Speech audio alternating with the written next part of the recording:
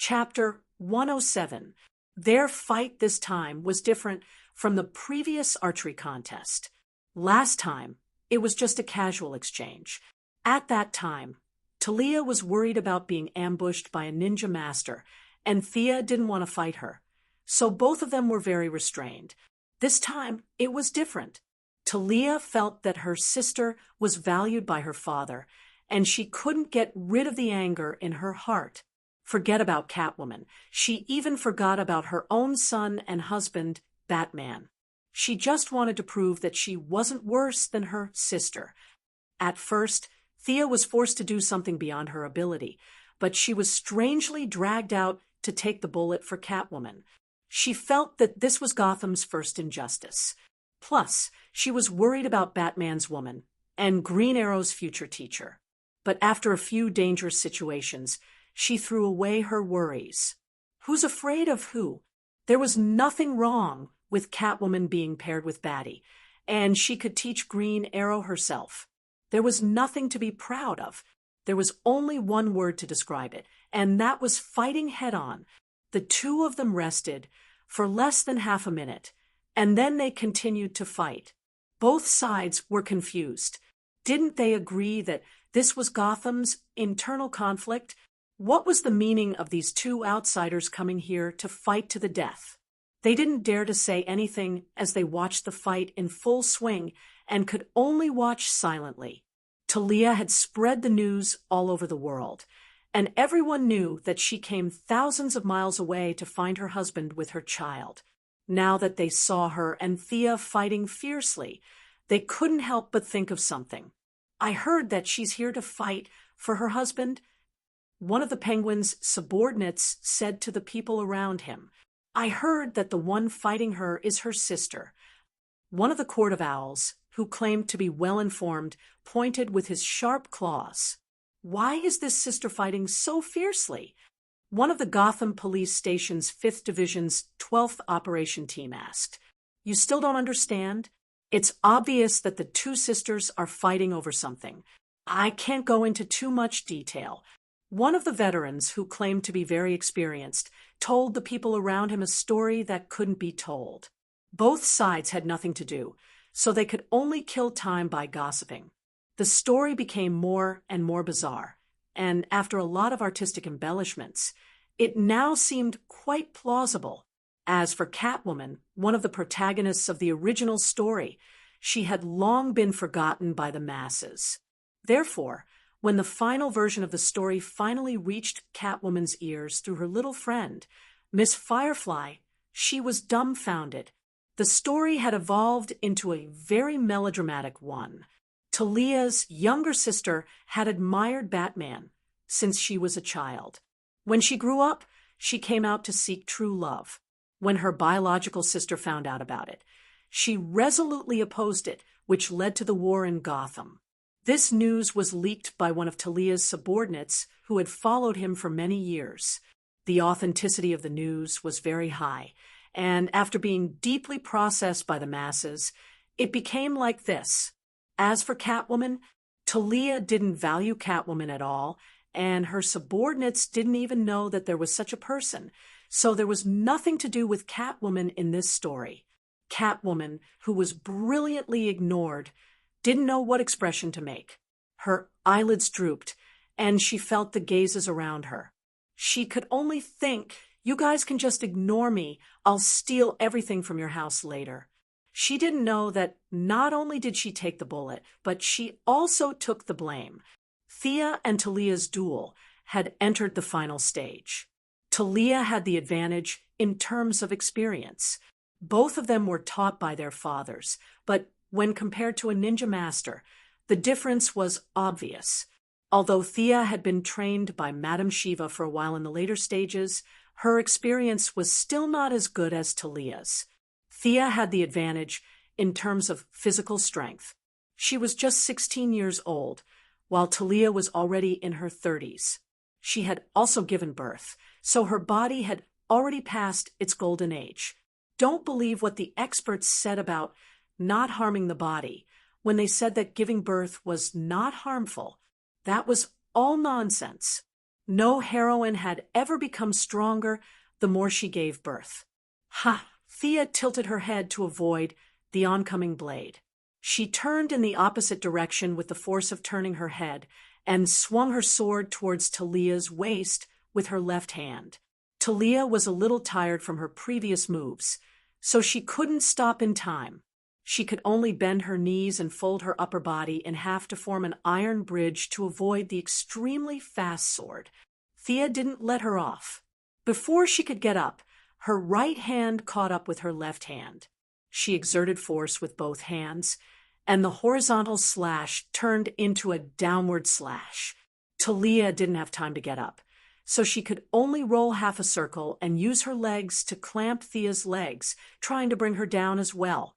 Thea saw through her intentions and knew that she couldn't fall into her rhythm.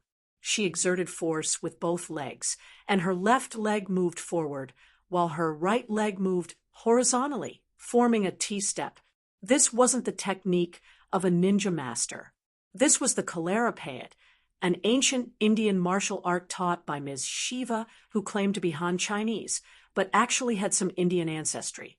It was a type of ancient Indian martial art that incorporated many sacrificial and dance movements. This set of martial arts was just SOSO for Sia. She always felt that punches to the flesh were the way to go. She had never been interested in this kind of fighting style that looked more like a dance than a martial art. But today, she suddenly used it, and it really worked. A ninja master might know this martial art, but Talia really didn't. When she exerted force with both legs, she realized that her opponent wasn't moving at all. She knew that she was in trouble. Sure enough, Thea saw this heaven-sent opportunity. She swung her right hand in a half circle and slashed at Talia's neck. Talia was still on the ground, so there was no way for her to dodge. She was upset at the thought of being defeated by her sister, who was half her age. Was it really meaningless for her to train so hard? Was her talent really that bad? Unwilling to admit defeat, he also used the knife to stab Sia's heart from the bottom up. "Selena, hurry!" Uncle Bat was so anxious that he almost jumped out of the monitor. The two exchanged blows so quickly that it was too late for them to react. Catwoman took out a throwing knife that she had prepared beforehand to save the day. Of course, Thea wouldn't die together with her. She was already prepared for a counterattack.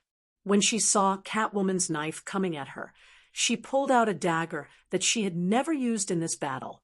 With a clang, she parried Catwoman's long knife. She placed the sword in her right hand on Talia's neck and said calmly, "You lost." "Thea, don't." Batman was the only one who could plead in her ear. Gordon wanted to say something, but he forced himself to hold it back. "Kill me for your trial." Talia threw the knife to the ground calmly. She didn't get up and sat on the ground, ready to die. "Trial my asterisk SS." Thea had already won.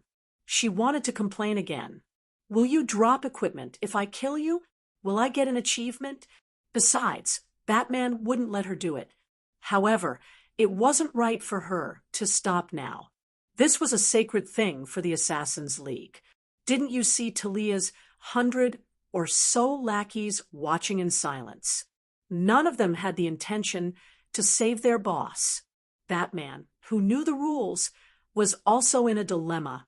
Hastily interrupting was equivalent to insulting both of them at the same time. So he could only watch the result silently. Thea was stunned for 5 seconds. Damn it, why isn't anyone giving me a way out? Just as she was thinking about how to end the fight, someone who didn't know the rules and thought that he was the boss jumped out. 3 sharp blades that looked like grinding wheels spun and flew at her. Chapter 108. Thea couldn't help but want to give this ignorant and fearless guy a thumbs up. The ninja master was most particular about rules. Or rather, he had lived for more than 800 years and had lost most of his humanity, leaving only this little bit of spiritual sustenance. Facing the rapidly spinning blades, Thea wasn't afraid at all. She dodged one, slashed another with her long sword, and cut the last one in half by Talia, who got up from the ground. Looking at the angry Talia, Thea only felt that the Assassin League's rules were quite interesting. She didn't blame herself for wanting to kill her, but she hated someone for helping her. She was really strong. Since the duel was interrupted, naturally, it couldn't continue. Thea decided to put on a show. "Who interrupted us?" she shouted. Talia also looked at her own team with a sword in her hand, trying to find the guy who interrupted her sacred ceremony. The two of them didn't see who interfered, but there were more than 100 of Talia's followers who had good eyesight. They communicated with each other, and instantly, more than 100 arrows were pointed at the short, weird-looking penguin man. Speaking of which, the Ninja Master's syllabus was written in an unknown way. It was called the Assassin League, but other than Batman, who transferred early on, the rest of the students were all archers. Black arrow, green arrow, and red arrow. It was really speechless. At this time, the penguin man who was targeted by so many archers was a little dumbfounded. He had been thinking about how to stab his companions more efficiently all his life. Today, he finally did something good. Seeing that Talia was about to die, he shot 3 throwing knives with his umbrella. However, he guessed correctly at the beginning, but not the ending. With more than 100 arrows pointing at him, it definitely didn't feel good. The pig-faced man beside him subconsciously moved a few steps to the side. "You interrupted the sacred duel of the Assassin League. According to the ancient law, I want to kill you. Come out and duel with me. If you win, you live. If you lose, you die." Thea said these words firmly. She repeated them twice in English and ancient Arabic. She raised the sword in her hand and pointed at the penguin man from afar. "If you win, you live. If you lose, you die." Talia's underlings around him were excited, as if they were celebrating a festival. A few of them even pointed their swords at the sky to exert psychological pressure on the penguin. Talia was not at all displeased that her underling had gone to support the enemy from 1 minute ago. The belief of following the rules had long been ingrained in her bones. She did not feel like the one being saved at all. She also drew her sword and pointed at the penguin man. "Come out. You must die." The people on Gordon's side were a little confused by this matter. Looking at Thea's stance, she was trying to cause internal strife. What a genius! Batman understood these rules. Seeing that the people on his side had nothing to do, he told them about the life of the Ninja Master as if he was telling a story. He also talked about the various good and bad rules in the Alliance, which made the listeners a little dumbfounded. There was actually someone in this world who had lived for 800 years. Thea did not know that her clear past had been wrapped up by Uncle Bet using the mysterious atmosphere of the Alliance, making it seem blurred. Is there some kind of misunderstanding? The penguin man saw that the crowd around him had automatically emptied out. He did not dare to fight with Thea. The two women had fought for half an hour, and the flashes of their swords were frightening. He had relied on schemes to get to where he was, not fighting. Plus, he was a cripple. How could he win? The will of the Alliance is not to be questioned. You insulted the sacred duel, which is the same as insulting the Ninja Master. Thea felt that her acting skills must have improved a lot. Did she have anything to do with the Ninja Master? She was just using the tiger's skin as a flag. Sure enough, when she mentioned the Ninja Master, Talia's underlings roared to help her. At this moment, the penguin man really wanted to faint, or someone to shoot him. As the former underground emperor of Gotham, although he had never met the Ninja Master, he still knew about the Ninja Master. He only felt that the Ninja Master was a legendary figure. Did I insult him? No, I really wanted to help. Okay, if you don't want to come out, then I'll just do it. Thea knew when to stop. It was fine to use the tiger's skin for a while, but if she used it for too long, it would attract the tiger's attention. Her relationship with Old Ma could not be exposed, and Talia was also a defector. It was hard to say who the ninja master's first target would be. She took out a frost arrow and aimed it at the Penguin Man. This time, she could use the Alliance's ancient tradition to kill this guy. Batman knew the rules, so it was fine if he saw it. After all, it was the ninja master's fault. She wondered if this guy's nickname was Penguin Man because his resistance to cold was so strong. Freezing Man could be exempted, so could he? Thea was ready to show them the power of science. Whoosh! An arrow was shot. The Penguin Man was pointed at by more than 100 arrows. It had to be said that he was a famous person and had some decisiveness. He subconsciously wanted to dodge, but he was afraid of causing a scene of hundreds of arrows. Therefore, when faced with Thea's arrow, he hesitated for a moment and decided to take it head-on. He hoped that he would not die. In order to leave a good name for the righteous side, Thea did not aim at his vitals. Instead, she aimed at the Penguin Man's lame leg.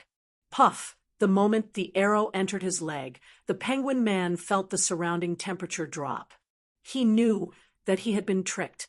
Wasn't it supposed to be a normal arrow? These were the last words that appeared in his mind. However, when the words reached his mouth, his lips were too weak to speak. TSK, what Penguin Man? Sia pursed her lips. This is all fake. He bragged so viciously and fiercely. In less than 2 seconds, his legs were already covered in frost. The speed of the frost was extremely fast. I believe that in less than 10 seconds, he would be able to go into the ice and pretend to be the Wumo King. Just as Thea was thinking about how the Penguin Man was dead, his subordinates would scatter in all directions. She would stabilize Talia and leave the rest of the soldiers to Gordon and the others. No matter how many reinforcements there were, they would not be afraid. This time, they had won completely. However, an angry roar broke her train of thought. A tall and muscular figure jumped down from a building not far away. In less than 5 seconds, he covered a distance of 100 meters. The person reached out his thick arms and ignored the gradually solidifying ice. He grabbed the Penguin Man's neck and pulled him up from the ground, as if he was pulling out a carrot. His left hand pulled out the arrow from the Penguin Man's leg. He looked at the Penguin Man's pale face, grabbed his lame leg, and slammed it back and forth on the ground 12 times like a dead dog. The ice on the Penguin Man's body was shattered. He lifted the Penguin Man up and looked at the result. With a sinister smile, he handed the Penguin Man to the Penguin Man beside him. Bane. Batman looked at the familiar figure on the monitor and said hatefully. Sia also saw this guy who had suddenly appeared. She had expected this. After all, Talia was here, so Bane wouldn't be far away. It was just that this guy had ruined her plan, which was a little annoying. Today, Bane came fully armed. His muscular body was at least 2 meters tall. He was bare-chested and carried his iconic green canister on his back. From time to time, liquid would enter his mouth through a tube that was covered by a mask. He said in a muffled voice, "Talia, this is not what we agreed on." Chapter 109. Talia sneered. "I don't need to explain to you what I'm doing." Bane, with his huge head, looked at her without backing down. Now is not the time. The two of them exchanged glances in the air. In the end, Talia waved her hand, and the hundreds of men in black put down their bows. "I won't be participating in today's battle. You can have fun." Talia blew Thea a kiss and left with her men. "Do you want to suffer the wrath of the Alliance?" Sia glared at Bane fiercely. It had to be said that she was a little too immersed in the role. She had perfectly imitated the vengeful spirit of a ninja master. To be honest, Bane didn't dare to provoke the master.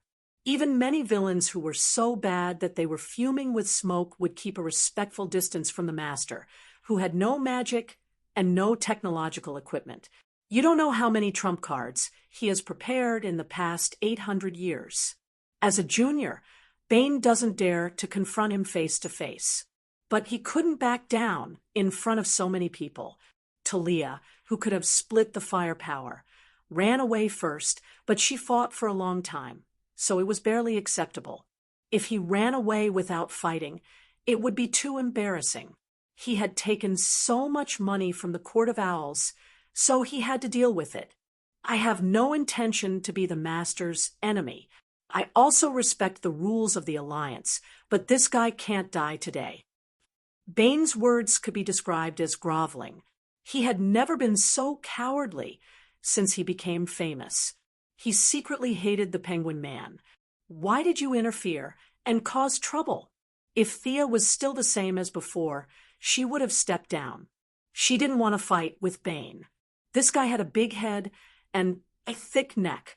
He looked like a warrior boss with infinite strength.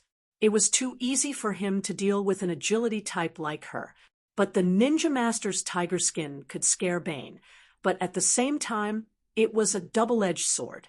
It also limited her. If she said, "Okay, then let's go home," that wouldn't be in line with her previous image. Anyone could see the problem. This role-playing game had to continue. Thea said gloomily, "Then you can try." After saying that, he used his fastest speed to draw an arrow. He didn't use his eyes to aim, but instead used his powerful perception to shoot an arrow at the unconscious penguin. Bane had also been paying attention to prevent her from attacking, but he had never seen Thea shoot an arrow. He had only heard from Talia that she was not as good as her. Now that he was facing Thea's highest-level arrow, he had underestimated her. It was too late for him to run over. Penguin was the one with the most underlings present. The Owl Court had paid him a large sum of money so that he wouldn't die here today. So Bane had no choice but to give it his all. The green canister behind him boiled violently, and a large amount of venom flowed into Bane's body through the pipe. His arm visibly thickened. He grabbed a gang member beside him and threw the arrow at Thea. If the trajectory of Thea's arrow could still be vaguely seen, the human sandbag that Bane threw later had exceeded the retina's reception limit. The unlucky guy took Thea's arrow head-on and was killed before he could even make a sound. That's so fierce. The people present might only think that it was powerful, but Thea, who was close to the limit of human physical strength, knew the huge gap between them all too well. Her arrow's speed was about 300 feet per second, which was 90 meters. If the arrow kept moving at a constant speed, it would be 300 kilometers per hour. However, Bane's hasty throw was estimated to be more than 500 kilometers per hour. If the weight of the arrow and the air resistance were taken into account, the value would be even higher. It was true that strength created miracles. The ancients didn't lie. This person could only be defeated with wisdom, not brute force. Thea was momentarily stunned by this guy's shocking move. Bane's hasty use of the venom to strengthen himself was actually not a good thing. Now that the venom was attacking his brain, he threw away his worries about the Alliance and glared at Thea fiercely. This is indeed the Alliance's style. A bunch of scumbags who only know how to sneak attack. Do you dare to fight me one-on-one? Thea had more than 500 underlings with her, so how could she fight him one-on-one? She would spare his life this time, but next time, she would bring a skateboard and beat him up. Layla, are your snipers ready? Let's shoot him twice first. I want to see how strong his defense is. Thea's so-called 2 shots was just an adjective. The Heaven's Eye Society's agents understood perfectly. The snipers from 3 directions fired 5 shots without stopping. Bang! Bang! Bane was very experienced. Perhaps because he was not very agile, he had no intention of dodging at all. He covered his face and heart with his hands and took 15 bullets head-on. The bullets were enough to penetrate a 4 millimeters thick steel plate from 1,200 meters away. However, such an impressive result was ineffective against Bane's strong body.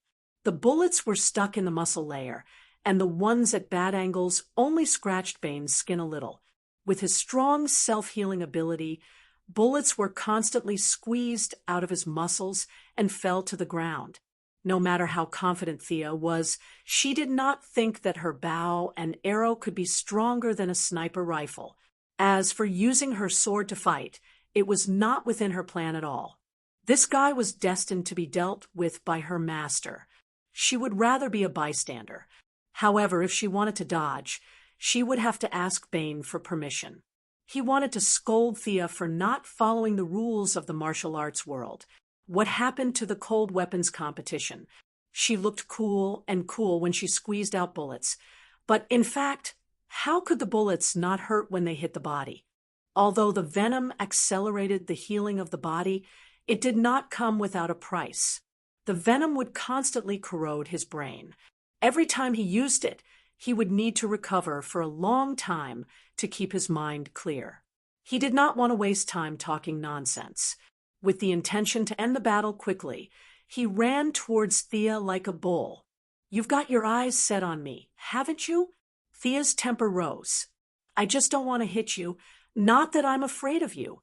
I'll let you see the advanced martial arts concepts of the East. I'll let you know what it means to use softness to conquer strength. I'll let you know what it means to use softness to conquer strength." With a whoosh, the two arrows flew out and hit the ground one step in front of Bane's feet. A white substance called spider silk, which was actually a chemical product, instantly filled Bane's vision. What the hell is this? He subconsciously wanted to push the thing in front of him away, but when his hand touched the spider silk, he found that it was stuck. 2 tons of strength erupted in an instant, wanting to tear the thing apart. But his move was already predicted by Thea. Because of his strong pull, the remaining spider silk was pulled away by him and stuck to his head and face. As he continued to struggle, his skin became more and more glued. One must know that he jumped out bare-chested. In less than 10 seconds, his original appearance could not be seen. From afar, he looked like a big white cocoon. "Don't be in a daze. Quickly organize the attack." Thea felt that her companions might have been too busy watching the show and had already forgotten what they were here for, so she kindly reminded them. Chapter 110. Before they could react, Thea swung her sword with her right hand and pointed it at the sky. "For the glory of the Alliance." No, the words quickly changed to "for the freedom of Gotham." When the first gunshot rang out on the battlefield, she had already found cover and rested in a corner. It couldn't be helped. After fighting for half an hour, Talia wasn't easy to deal with. Not only was she exhausted, but she was also injured. She looked at her wounds. They were all superficial wounds. Her clothes looked good, but they had almost zero defense.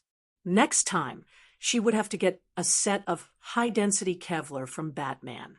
She ignored the battle in front of her, jumped over the crowd, and went to the back to rehydrate and bandage her wounds.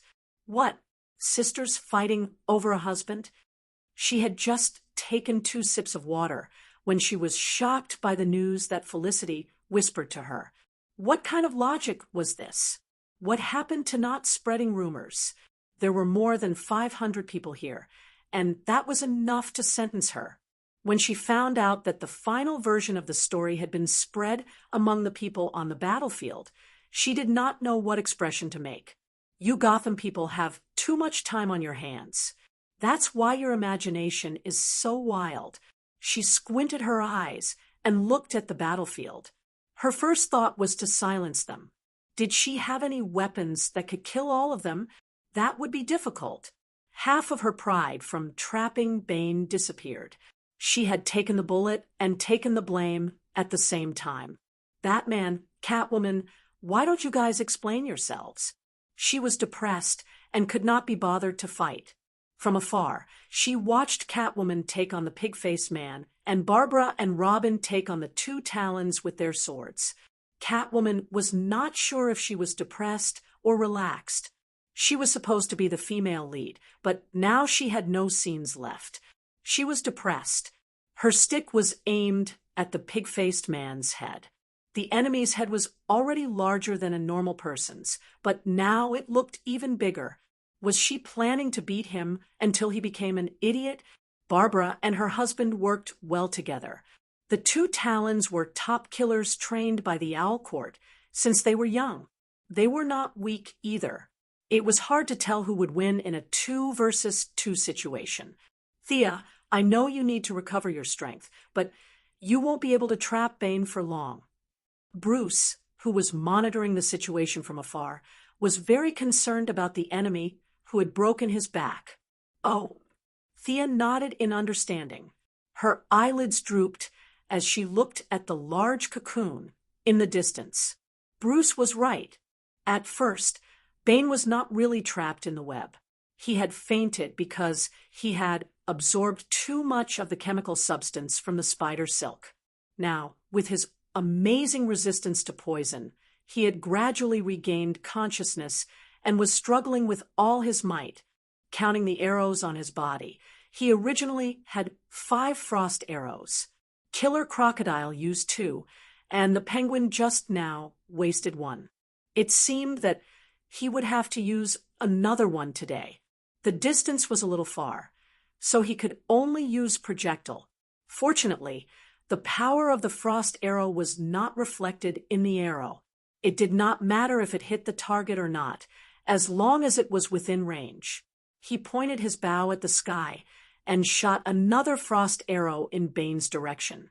This time, there was no big head and thick neck to disturb the situation. The effect of the frost arrow was good. In just 10 seconds, Bane, who was about to break free, was frozen solid again. You have the ability to freeze too? Miss Firefly, who also did not fight in the front, looked at Thea with a strange tone. What's the meaning of your eagerness to try? You have such a big opinion of the Frost team. If you see the Frost team in the future, what kind of expression will you make? Of course, Thea could not say that Miss Firefly's condition was too serious.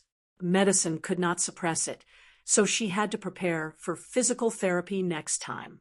She said embarrassedly, "It's not my ability, it's the power of the arrowhead. And there's only one arrowhead left. That's a good move. Is it liquid nitrogen or liquid ammonia?" In the distance, Batman saw her arrowhead for the first time. The cobweb arrow just now was already very impressive, but now the effect was even better. Knowing that she could not hide it, Thea and Bruce chatted for a while. The two did not talk about the core technology and only discussed the theory. I say, stop chatting. Help us out first. Barbara Robin was a little tired facing 2 well-trained claws. Listening to them talk about all kinds of messy elements, she was getting more and more annoyed. Okay, I'm coming. Thea was not so easy to talk to because she wanted to flatter Barbara. After all, she first came to Gotham to rob the rich. Now, who in Gotham was richer than the Court of Owls? The accumulation of dozens of families for more than 200 years, however. This matter could not be done in public. It required some secret methods. She took out a special arrowhead. This arrowhead was installed with a nanoscale tracker. It was stolen from Ray Palmer's company by one of Old Ma's men. Old Ma thought it was useless and gave it to Thea. Even Felicity did not know about the arrowhead's creation. The Court of Owls was rich, but they hid it well. In order to find this group of fat sheep, Thea decided to use the tracker on the 2 claws. She aimed at one of the claws that was less agile. Robin's baton hit him, and he could only dodge to the side and look for an opportunity to counterattack. Thea kept moving in the crowd and saw this flaw. Without hesitation, she pulled out an arrow and shot. Her archery skills were not as good against Bane and Talia because one of them was strong and the other was agile. However, it was just right to deal with these people whose strength was between 2nd tier and 1st tier. The arrow hit him squarely in the stomach. Ouch! Even though the claws were brainwashed and did not have any sense of right or wrong, they could still feel pain. Knowing that he was ambushed, he waved the sword in his hand like a windmill and forced Robin to back off. He gritted his teeth and pulled out the arrow from his stomach. He looked around for the person who ambushed him. At this time, Thea retreated back into the crowd. She turned on the switch on her glasses and confirmed that the nanoscale tracker had entered his body and attached to his organs. She nodded with satisfaction and turned off the tracker. Now was not the time.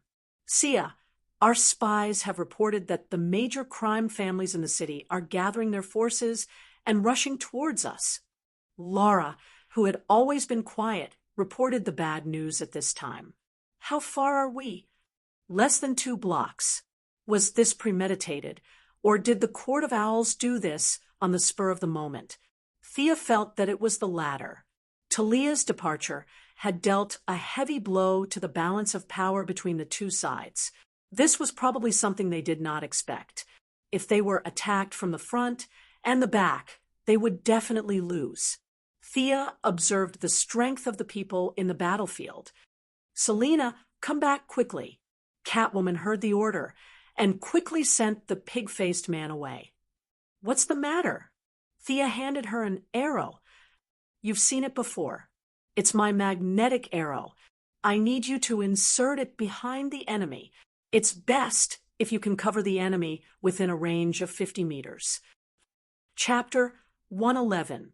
Sir, order your men to wait for the signal. Once the enemy is out of weapons, we will charge in and take them out. The field was too big for Thea to shoot that far, so she could only ask the parkour expert Catwoman to do the job. Thea, the thermal imaging shows that the enhanced man is coming out. Felicity, who had been staring at the monitor, also brought bad news. Robin, go prepare the wavelength transmitter. Thea fired a barrage of arrows to force Talon back. She then covered Barbara and herself as they retreated back to the main force. Regardless of whether they retreated or counterattacked, it was always a good idea to regroup. Catwoman, who was as agile as a human could be, ran from high to low. She weaved through the crowd and buildings. She had an excellent sense of direction, and after a few turns, she arrived at the back of the main force. She then used the dart technique to insert the arrows into the ground behind the battlefield. It's done, Catwoman said to Thea behind her. Find a place with thick walls and hide. Thea estimated the time and pressed the switch on the bow. Just like yesterday, a low humming sound was heard. Whoosh, whoosh, whoosh. Many of the Arkham bandits were shaken by the loud noise, and they didn't even notice that their weapons were gone. Attack! Director Gordon couldn't wait to blow the bugle and raise the Star-Spangled Banner high. The old man took the lead and rushed up with his pistol. His men saw how reckless the director was and how the enemy had lost their weapons. What was there to be afraid of? They charged forward like they were on steroids. The ratio of casualties on the battlefield instantly increased. The unarmed bandits faced the armed police. It was like the Native Americans facing the colonists. Even though their hearts were filled with hatred, they still fell to the ground unwillingly. Although Chief Gordon couldn't bear it, he knew that the enemy's reinforcements were coming. Having been on the battlefield, he knew his priorities and didn't mention anything about the Miranda Clause at all. His subordinates were also in a killing frenzy and had long forgotten that they were police officers and not soldiers. In later history, this day would be known as the Gotham Massacre. Countless humanitarian defenders sat in air-conditioned rooms and expressed their dissatisfaction with the massacre caused by the Gotham Police Department. Of course, this was a story for later. At this moment, not knowing that they were in the middle of a historical event, the police officers were rather restrained, but the hot-blooded citizens and veterans were overjoyed.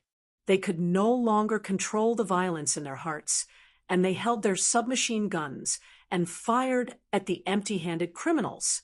In less than a minute, The dark ground of Arkham Square was dyed red by the blood of sin. Both the elite scarecrows and the loyal penguins fell to the ground in droves. To be honest, Batman didn't feel good when he saw this scene, but he also knew that he couldn't stop it. This was war. Either the good guys would be sacrificed, or the bad guys would be wiped out. It was impossible to knock everyone out and take them away. Thea and Gordon's decision wasn't wrong. Thea, on the other hand, didn't feel guilty. These were all bad guys, so if you locked them up, they wouldn't do anything bad. She noticed that some of the veterans were losing control, so she walked over to Lara and whispered, "The Enhancers are about to attack from the west. You should lead them there and hold off the first wave of attacks." Both of them knew who she was referring to. The mastermind behind the scenes started to panic. Seeing that his men were being slaughtered like never before, the Enhancers that he controlled did not leave through the door. Instead, he used explosives to open up a path, and over 200 Enhancers charged out. The ones facing the strong enemy were the veterans. They were purposely led to the side by Lara's agents in disguise, and they were just in time to face the strongest wave of attacks since the beginning of the war. Thea didn't immediately order for the sonic weapons to be used. Instead, she watched coldly. On one hand, she wanted to reduce the number of uncontrollable factors, and on the other hand, she wanted the Enhancers to enter the attack range. As the veterans continued to die, until there were no more Enhancers coming out of the asylum, she nodded to Robin. This time, the sound wave was different from Sia's magnetic arrow. Her magnetic arrow was purely collateral damage. Master Bat's infrasound was the real deal. Before anyone on the battlefield could notice anything, the 200-plus Enhancers had already started to stagger. The effect is not bad. Thea gestured to Director Gordon. "Let's continue. Can these people still be saved?" The old director was still trying to salvage the situation, but Thea shook her head. The genetic transformation is irreversible. They are no longer the original citizens. Director. The old director, who was known as the Executioner Gordon in the years to come, had nothing to lose. What difference did it make if they killed 300 or 500 people? With a wave of his hand, everyone started to focus fire on the new targets. It had to be said that the effects of the biochemical experiment were obvious. These people were much stronger than the dead bandits on the ground. Many of them could still run forward after being shot 4 or 5 times. But as more and more people fell to the ground, the remaining few with thick skin had to face the barrage of 5 or 6 guns at the same time. They were bleeding profusely, and the sonic weapons were still emitting infrasound waves, which increased the casualties of the Enhancers. Bang! An earth-shattering sound pulled Thea's gaze to the east. Bane, who was frozen by her, had made countless cracks in the ice. Half of his strong arm was already stretched out. The loud sound was the result of his all-out attack. This was the first time Thea saw someone who could defrost himself. Although this method was a little violent, this guy's strength was indeed beyond scientific calculation. This was too exaggerated. Did she have any other way? "Thea, get out of the way. He has lost his mind." Batman knew this enemy well and quickly reminded them. Yes, breaking the ice from the inside. How strong was that? At this time, Bane's eyes were bloodshot. He broke the ice on his body with a few punches and kicks. The muscles on his upper body were bulging like a small mountain. The venom on his back had decreased by 1/5, and there was still a lot of it being delivered to his lips from the can. This guy had gone berserk because of her. Thea thought this was the most reasonable explanation. Whoever went up now would die. The military helicopters that were originally prepared to deal with the crime families had no choice but to participate in the battle ahead of time. She turned to Lara and said, "Shoot him with your helicopter cannons and see if you can lure him away. If he leaves the crowd, use the missiles."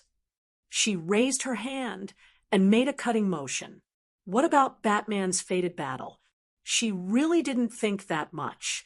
Besides, looking at this berserk guy, Master Bruce should just go to sleep. You can't beat him, so I'll help you take care of him first. The military helicopters were very fast.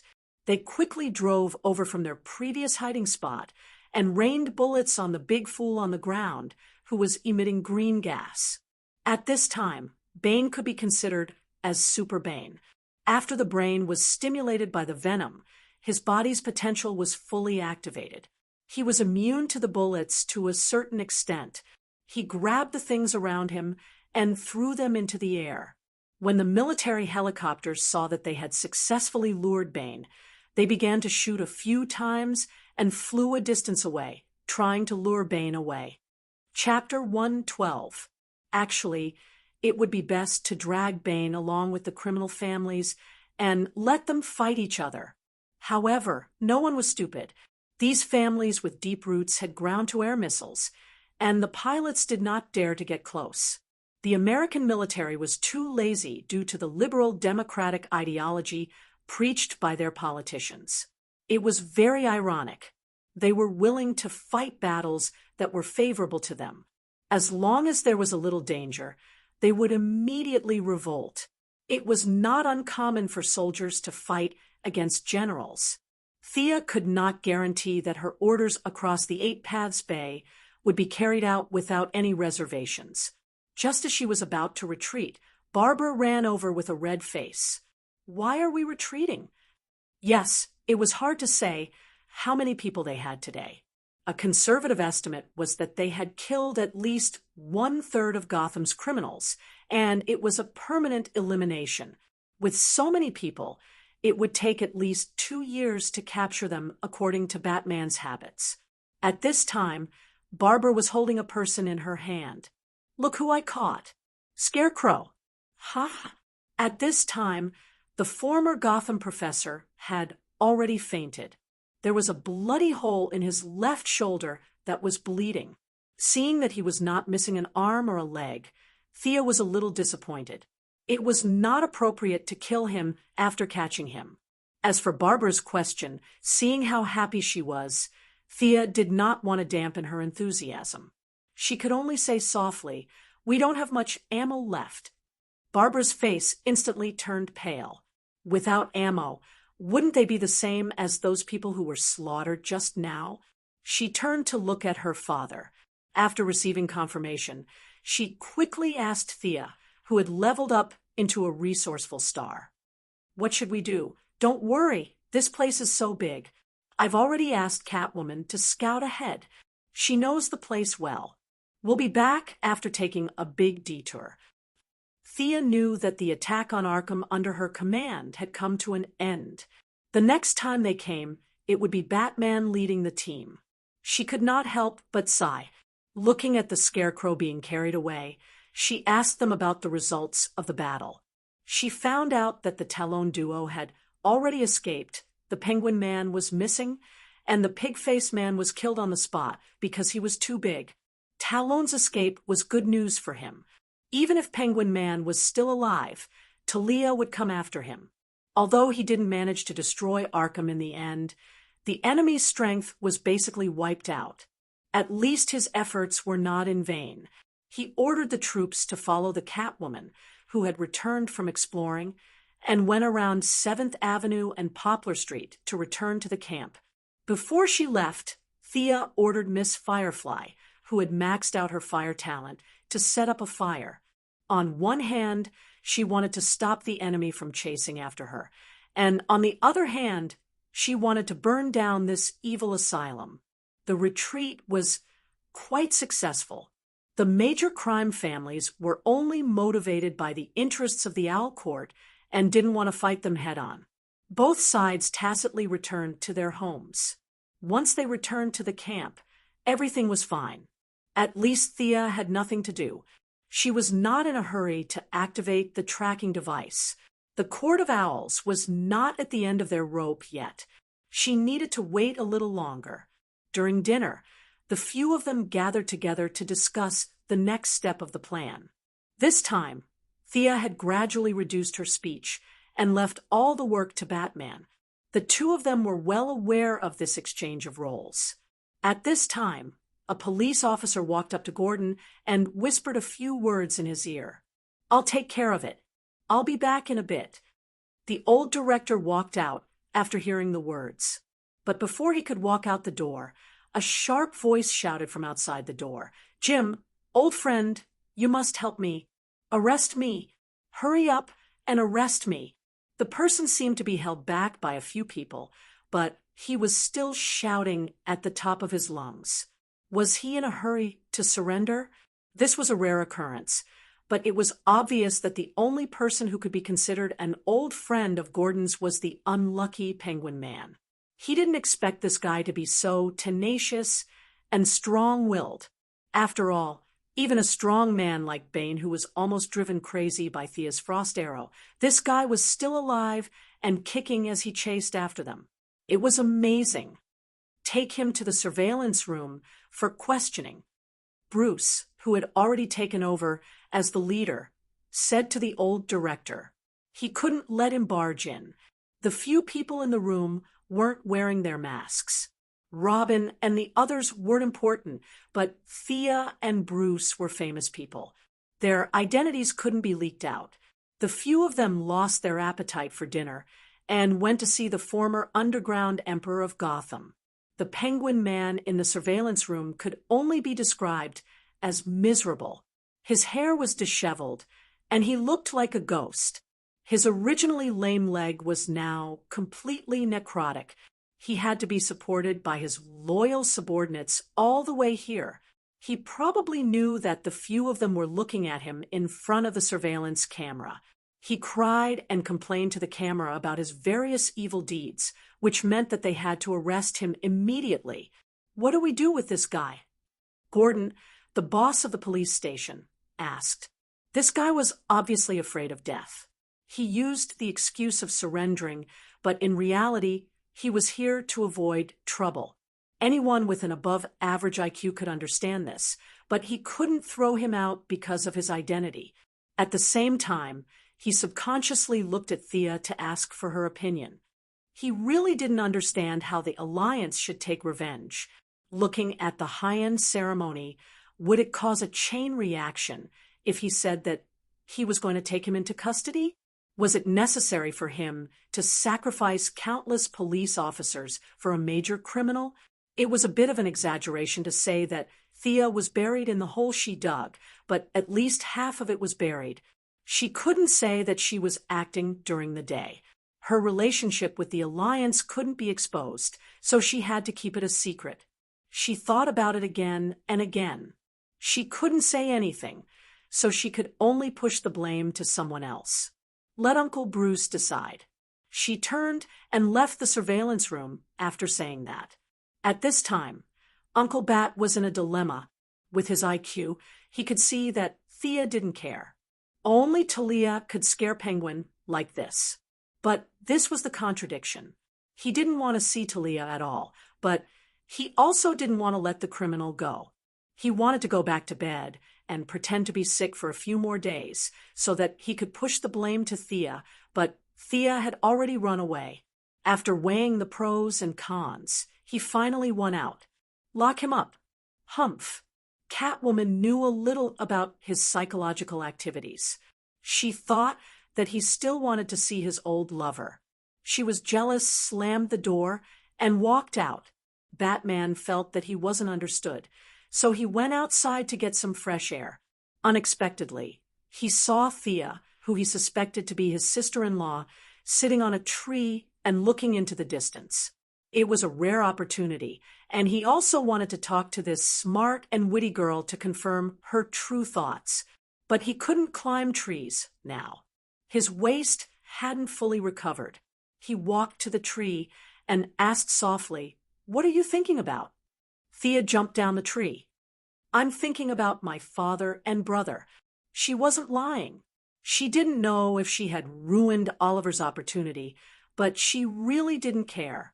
She just wanted to take him back to Star City and reunite with her family. As for Green Arrow and Talia, they could go to hell. Chapter 113. Batman, who was well-versed in psychology and had done a lot of research on microexpressions, immediately knew that she was telling the truth. He felt a little sad, as they were in the same boat. His parents had both died, and she had lost her father and brother. Their fates were really similar, but he still wanted to ask himself a question. So many people died during the day. Do you feel guilty? They were all bad guys, and they were killed by the police. We are a country with a legal system, and these people deserve to die for resisting. Thea sometimes could not understand the logic of these heroes, but she could not refute them. She changed her perspective and pushed all the blame to the police. Anyway, I didn't do it. I'm very calm. Batman was also stunned by her sophistry. What she said was completely correct, and no one could find fault with it. But he still did not want to give up. But we just killed all the criminals. Isn't that inappropriate?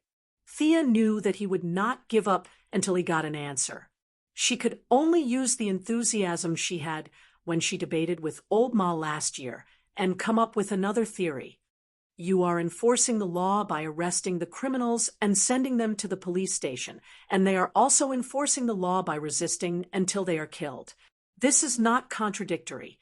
Today's action is not a small-scale arrest. We are fighting a war between good and evil.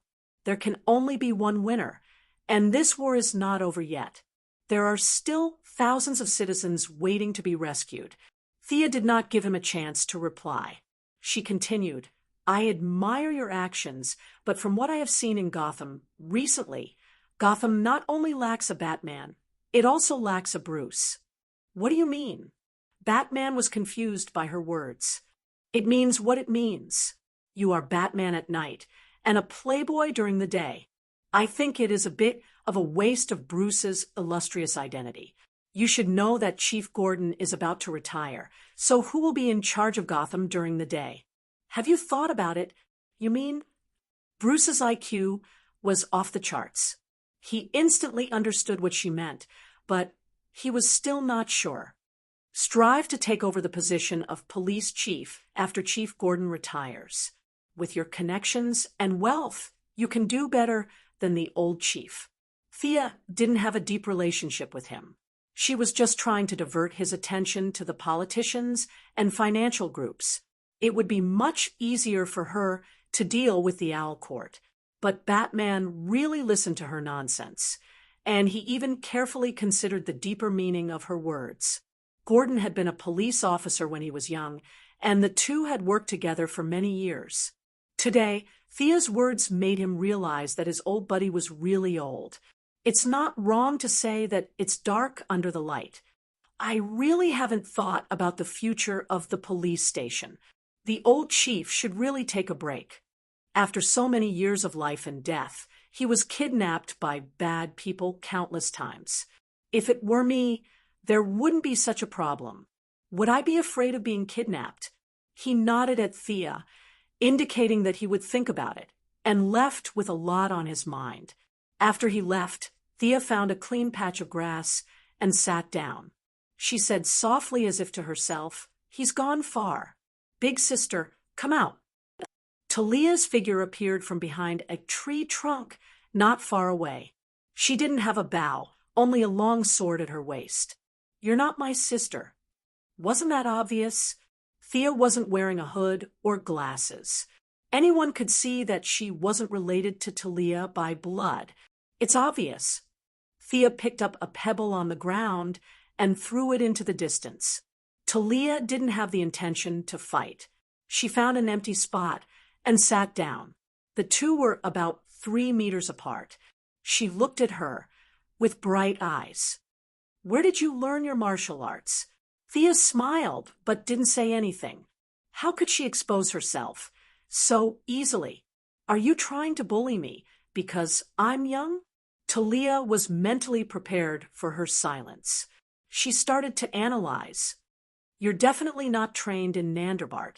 You're the descendant of a certain adjutant, right? It couldn't be helped. The ninja master had lived for too long. There were more than 100 adjutants who worked with him. Although most of them died in Nandarbart, there were always a few exceptions. Talia couldn't be sure if these people's descendants passed it down. You don't want to attract the ninja master's attention to Gotham, right? Since they couldn't see the light of day, things were easier. Yes, yes. The two of them could reach a consensus on this point. Sia nodded. According to the rules of the Alliance, I'll leave and not participate in the matters here. Since you're not too bad, I'll remind you that the Owl Court has found a secret weapon and is currently activating it. This news surprised Thea. The court had a lot of cards up their sleeves. How could they have a secret weapon to turn the tables at this point? What is it? She asked anxiously. Talia smiled proudly. I don't know. I only heard that they stopped the experiment of strengthening humans. That Professor Hugo is trying his best to solve it. Seeing that Thea was deep in thought, she threw a metal plate to her. I owe you a favor this time. If you need anything, you can find me in Russia. After that, she walked quickly into the forest and disappeared in a few sprints. Sia was dismayed by this half-spoken approach. It was too difficult to build trust between people. What kind of weapon was this? She racked her brains, but could not think of any other weapon that Gu Tan could have up his sleeves. She could only shout to her right. Did you hear what she said? What weapon do you think it is? I'm dumbfounded. How would I know? Catwoman walked to Thea's side and lay on the ground. She was still chewing on a piece of grass as she stared blankly at the fading sunset. Your family of 3 only wanted me, an outsider, to be your counselor, right? Come on, let's continue chatting. She's gone anyway. Isn't that good? You can have some alone time with Bruce again. Don't go to Star City for this date. Go to the metropolis. Thea remembered their unique way of traveling clearly. No, I don't have money. Speaking of this topic, the feline girl felt depressed, and even Sia, who was half a teacher to Lady Shiva, felt awkward. Big Sister was too ruthless. Just look at how she forced the feline girl into such a state, just so that her daughter could live a carefree life. Seeing that she still wanted to say something, Catwoman interrupted her and took out a scroll from her bag. This is a painting I got from Killer Moth. Take a look, and I'll sell it to you. Painting? Thea felt that her ancestors didn't have any artistic cells. It was better to talk about explosives and swords with her. Why talk about painting? Besides, she was poor. If you didn't talk about money, they could still be friends. However, it wasn't appropriate to reject it directly. She could only accept it and take a look. The painting wasn't long. It was less than a meter in length and width. It was obvious that the painting was very old and had been repaired by an expert. However, Catwoman violently cut it, so its value was reduced by at least 50%. The content of the painting was also very monotonous. It seemed to be a forest with a winding stone path in the forest. Other than that, there was nothing else. There were no people or animals. It could barely be considered a landscape painting.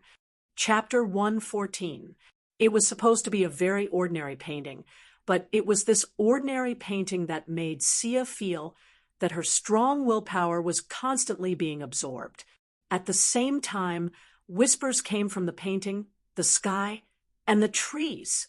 It would have been better if she could hear them clearly, but the voices were so soft that it seemed like a gust of wind could blow them away.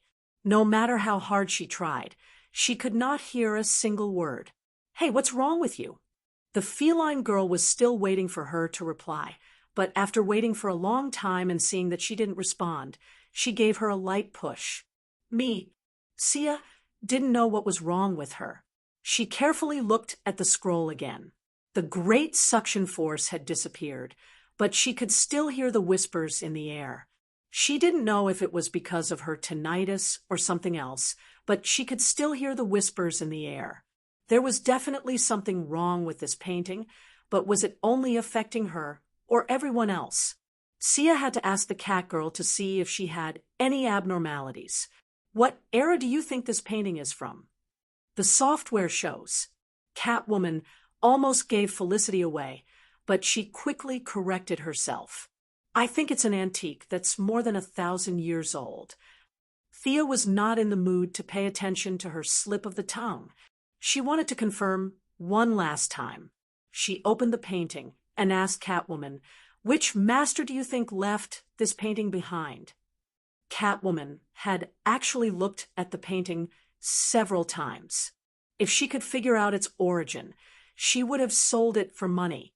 She glanced at it casually. I don't know. Thea had been watching Catwoman's subtle facial expressions from the corner of her eyes, but nothing happened. Catwoman was still lying there lazily, in stark contrast to her previous absent-mindedness. This painting is destined to be with me? That thought popped up in her mind. Then there's nothing to say. I'll buy it myself. Catwoman was a little embarrassed when she asked for the price. It was against her principles to sell such a worn-out and obviously stolen painting to her friend. But she was really in a tight spot now. A hero was a hero after all, so she did not have any psychological burden. Thea was poor, but a starving camel was still bigger than a horse. No matter how poor she was still a billionaire. The two of them completed the transaction happily. Catwoman, who felt that she had taken advantage of a fat sheep, was afraid that she would regret it and run away. Thea did not feel that she had been cheated. If there was nothing wrong with the painting, she would not have taken it. She secretly laughed at Catwoman's blindness. She would be poor all her life. Back at the campsite, they met to discuss the superweapon that Talia mentioned. Batman played dumb and did not ask her where she got the news from. Gordon and the others did not think so. As they discussed, they were all a little confused. As locals, they had no idea that there were any powerful weapons in their city. The old director also interrogated Penguin Man and Scarecrow, but to no avail. The spies under Lara's control did not give out any important information either. They only heard that Bane had finally regained his consciousness after 2 days. Now, he was hiding in Arkham to recuperate from his injuries. The remaining major crime families were fighting over the territories of Penguin Man and Scarecrow, who had survived the butcher's knife. The families fought, and the Owl Court did not stop them. In short, other than the illusory powerful weapon, the rest was good news. Thea got rid of her red leather jacket and changed into the high-density Kevlar combat suit that Batman provided. Wayne Group had been in the field of biopharmaceuticals for many years. They were at the top of the world when it came to micromolecular composite materials. Of course, to maintain the consistency of her personal style, the combat suit was still mainly red. This combat suit was extremely tough. It was immune to handgun bullets at close range, and bullets from rifles within 100 meters could also be stopped at the fabric layer. However, Thea politely declined the cape that Batman had given her along with the clothes. What was the use of the cape other than looking good? How many times had the red cape of a Supergirl been grabbed by the enemy and beaten to the ground? Why didn't they learn from such a painful lesson? However, seeing that the material of the cape was very particular, Thea did not refuse. Under Batman's regretful gaze, she handed it to Felicity as a souvenir. Her trip to Gotham was not in vain. Batman had been adjusting his body's condition for the past few days. His recovery ability was really strong. Injuries that took at least 100 days for an ordinary person were healed in less than a month for him.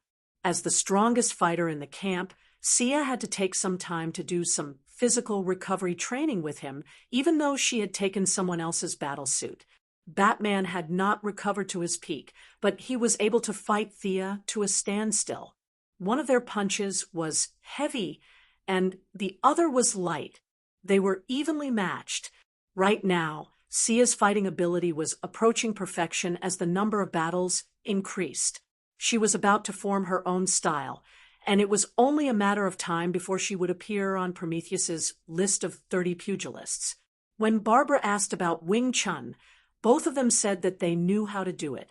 It wasn't some secret that couldn't be passed on. However, Batman looked weird when he practiced, so Thea could only act as a temporary teacher. Speaking of which, it was strange. Ever since Sia was no longer the commander, Barbara, who had always been critical of her, actually took the initiative to ask her out for a walk twice. The relationship between the two was no longer as stiff as before. For the rest of the time, Sia had been making all kinds of arrowheads. It would be a waste if she did not use all the raw materials, as Wayne Group would pay for all of them. She plundered hard and added 10 sets of all kinds of high-tech arrowheads. She also got a lot of Miss Firefly's kerosene with the help of Catgirl and made 10 flame arrows. Because Bane was recovering from his injuries, a few city officials were rescued by Gordon. They were all chubby and did not look like they had been abused. The mayor, who was the leader, was frightened by Gordon's military power. Fortunately, there were no rumors of Chun Xiao's mutiny in foreign countries. Otherwise, he would have thought that the old director was up to something.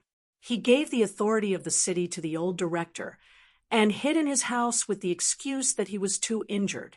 Thea was busy during the day and studied the painting at night when no one was around. She had used various instruments to measure it. The painting was indeed thousands of years old, but there was no pattern that matched the painting. That night, she thought about it for half the night. She was so restless that she could not fall asleep. The faint whisper floated in her ears again. However, no matter how hard she tried, she could not make out what it was saying. Just as she thought, did I get Gotham's disease and become schizophrenic? The characters with dual personalities in the anime are all amazing, but I really don't want to become like that. Come to me. I can help you.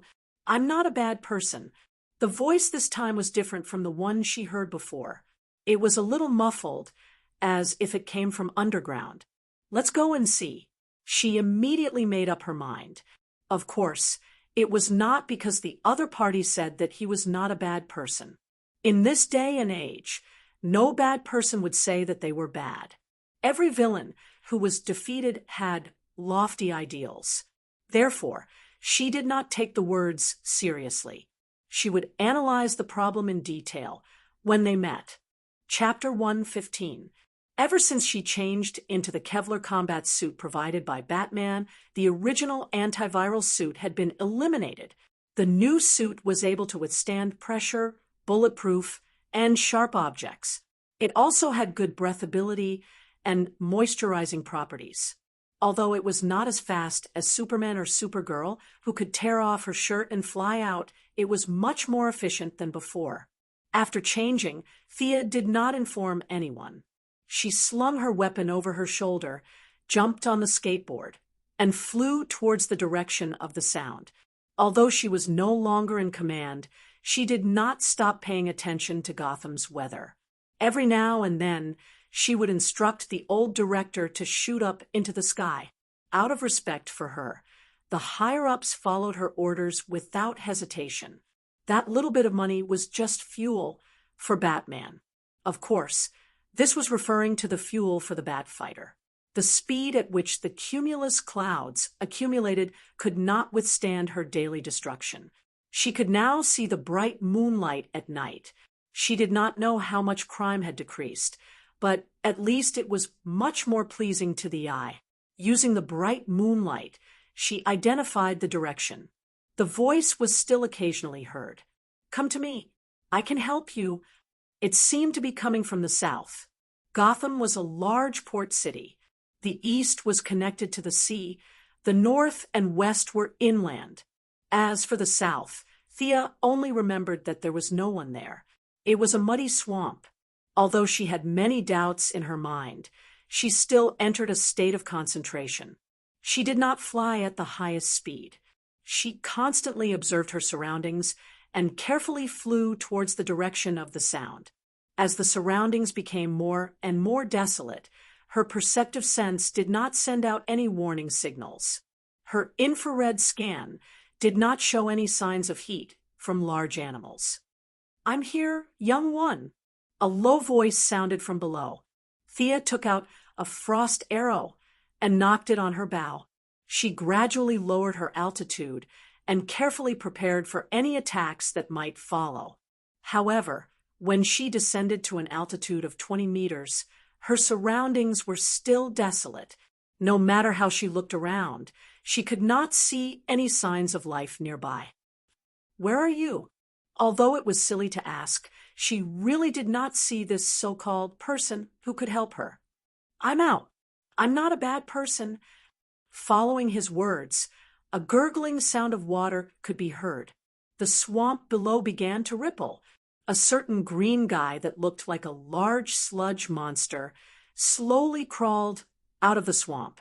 Vines were flying everywhere now and then. Tons of mud was suddenly pulled into the air by the figure and then fell back into the swamp because of gravity. Thea stared blankly at the 5-meter-tall green humanoid creature in front of her. Who was this? Or rather, what was this thing? She looked at the bow in her hand. Her archery skills, which had been successful in the past, did not give her any sense of security at all. Could her arrows hurt this guy who was 5 meters tall and weighed several tons? The only thing that gave her courage was the skateboard under her feet. If she couldn't win, she could still run. Maybe she couldn't say a single word. She quietly watched as the tall green creature moved around a few times, rubbing its face and stretching its neck. Guessing that she was not on its menu, Thea shouted loudly, "Did you summon me?" She had no choice. They were at least 50 meters apart. She was afraid that he would not hear her even if she shouted. However, it took him half a minute to respond. These short 30 seconds were enough to make her anxious. She was afraid that he would use his ultimate skill to kill her instantly. "It's me, young one." The green creature replied slowly. This made the short-tempered Thea's eyebrows twitch. If she could not defeat him, she would definitely teach him a lesson. What do you want from me?" Thea knew that she had to lower her head when she was under someone else's roof. She lowered her altitude to the same level as him and asked respectfully. "It's a long story. Be patient," the green creature said calmly. Thea felt that this guy did not seem to have any bad intentions. She could only say that she was very patient and that they could talk until dawn. "I'm not a bad person." Thea did not understand why he kept emphasizing this point. It remained to be seen if he was really not a bad person, or if he was just trying to numb her. "I'm a botanist. I became like this because of an experiment. My original name was Alec Holin. Of course, no one calls me that anymore. They all call me the swamp monster, the giant green creature, or rather, the swamp monster sighed when he talked about the past. However, he quickly put the past aside and talked about the purpose of today's visit. There are many supernatural beings in this world. I'm one of them. Our leader detected a supernatural reaction on your body. That's why he ordered us to come in contact with you." Thea's mind was filled with question marks. What did he mean by that? Was there a supernatural reaction on her body? Was she about to awaken her superpower? In her memory, version 1.0, Thea was just a normal person. She had spent half her life under the wings of the Green Arrow. She ran around everywhere and had a few boyfriends who were all courting death. It could be said that she would die if she came into contact with them. Since when did being a loner count as a superpower? "I don't quite understand what you mean. Are you here to warn me or to capture me?" It wasn't that Thea always looked down on others with malice. It was just that the people in this world were like that. They would burn and slice people up for no reason. The swamp monster shook his head. "I'm here to help you. I've said that before." Very good. and very powerful. Every villain said that they wanted to help others at the beginning. Their methods of help were usually daggers, explosives, brainwashing, and the like. Thea didn't say anything. She waited for him to continue. You should have obtained some kind of sacred relic. This relic awakened your bloodline. You're not a normal person. You have the legacy of the ancient sages. Relic? This wasn't hard to guess. The painting that Catwoman stole from the killer moth was the beginning of everything. Because she didn't know whether this was a blessing or a curse, she brought that strange painting with her when she went out. As for the bloodline, it was a little confusing. Was it brought about by the fusion, or did she have it in the first place? This was a bloodline. It sounded so high and mighty. What bloodline limit? D-Clan, weren't they all cheats brought about by the bloodline? But did she really have such a thing? Although she was a little afraid that this big green guy would snatch her painting, she still took it out. The relic you're talking about is this, right? As for the bloodline, can you explain it? The swamp monster revealed a smile that he thought was kind, but Thea thought was terrifying. Only you know your bloodline. I used to be a botanist, but now I'm not even a human. I can't determine the source of your bloodline. Only I know? What do I know? Thea's brain was about to become mush. Just when she was about to say that she couldn't remember, the scenery in the painting flashed in her mind, and her family name that she had never shown before. Merlin, Chapter 116. The great wizard Merlin was a legendary figure that everyone in Europe and the United States knew about. The meeting between the great wizard and King Arthur and the legend of the 12 Knights had reached the point where almost everyone knew about it. But was this Merlin, who was so famous, the same person as Malcolm Merlin? She had been painstakingly searching for 8 generations of the Quinn family's ancestors. It turned out that the truth was so close to her. But was this really the truth? She looked at her own hands. Her 5 slender fingers were white and full of strength.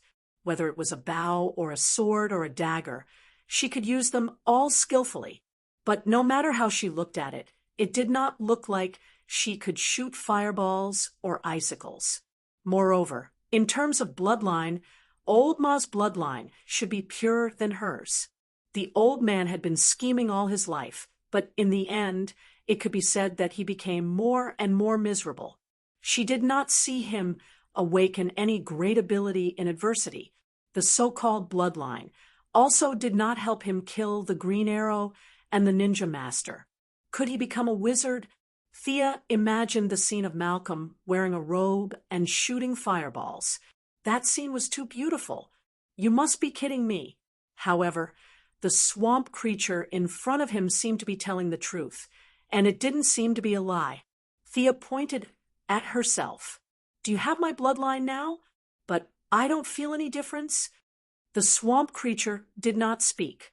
Countless vines of plants rose from the mud below him, wrapped in a variety of dazzling plants. The vines lifted up a dark red vessel. Looking at the clean, cup-like vessel that was taken out of the mud in front of her, Thea now truly understood what it meant to be untainted by mud.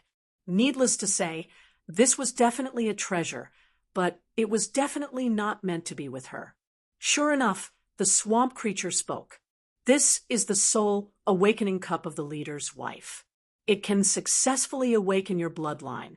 As for whether it succeeds or not, it depends on you. Although Thea had never heard of this so-called wife, she knew that she was a big boss in a certain industry. At this point, there was nothing to worry about. How do I use it? Drip your blood into the cup. It will search for the holy relic on your body and successfully open the land of heritage. The swamp creature probably knew that he looked a little scary, and he didn't know how brave Thea was. Using his past experience as a human, he only felt that if he was a little girl, he would have fainted for 10 minutes. He controlled the vines to put the cup on the ground and slowly took 2 steps back. Thea descends from the air to the ground. She doesn't dare to leave the skateboard. She walks around the inconspicuous cup twice. She doesn't see anything wrong with it. Thea rolled up her sleeves and made a cut on her arm. Fresh blood quickly covered the bottom of the cup. Just as Thea was wondering how much blood was needed to activate this thing, she felt a hook hooked onto her belly button and pulled upwards. She wanted to shout, but the rapid wind had already made her unable to speak. She only felt that she had been stuffed into a narrow tunnel. Her entire body was enveloped by a huge wave of air, and she was flying at high speed in this extremely long tunnel. After an unknown amount of time, when she regained consciousness, there was only one thought in her mind. This user experience sucks. He patted his butt and wanted to stand up. Only then did he realize that the combat uniform he was wearing was gone. Instead, he was wearing a beggar's outfit. All right, calling it a beggar's outfit was a bit of an exaggeration. However, this coarse cloth jacket didn't look gorgeous at all. It's just that this jacket looks thick, but in reality, it feels very bad to the touch. What's going on? Where's my underwear? Thea realized that she only has one piece of clothing. It's very empty and uncomfortable. She can't help but feel a little annoyed at the guy who designed this part of the process. But fortunately, she's a woman of the underworld and doesn't care about trifles. She didn't bring her Kevlar, bow, dagger, and so on with her. Only the sword of Osriel that she'd previously seized is lying quietly on the ground. Thea jumped twice on the spot. Fortunately, her thing isn't too big. Even if she doesn't have any clothes, it won't be too much of a burden. This is good news, because the surrounding looks very similar to the forest path in the painting. Thea looked very much like the forest path in the painting.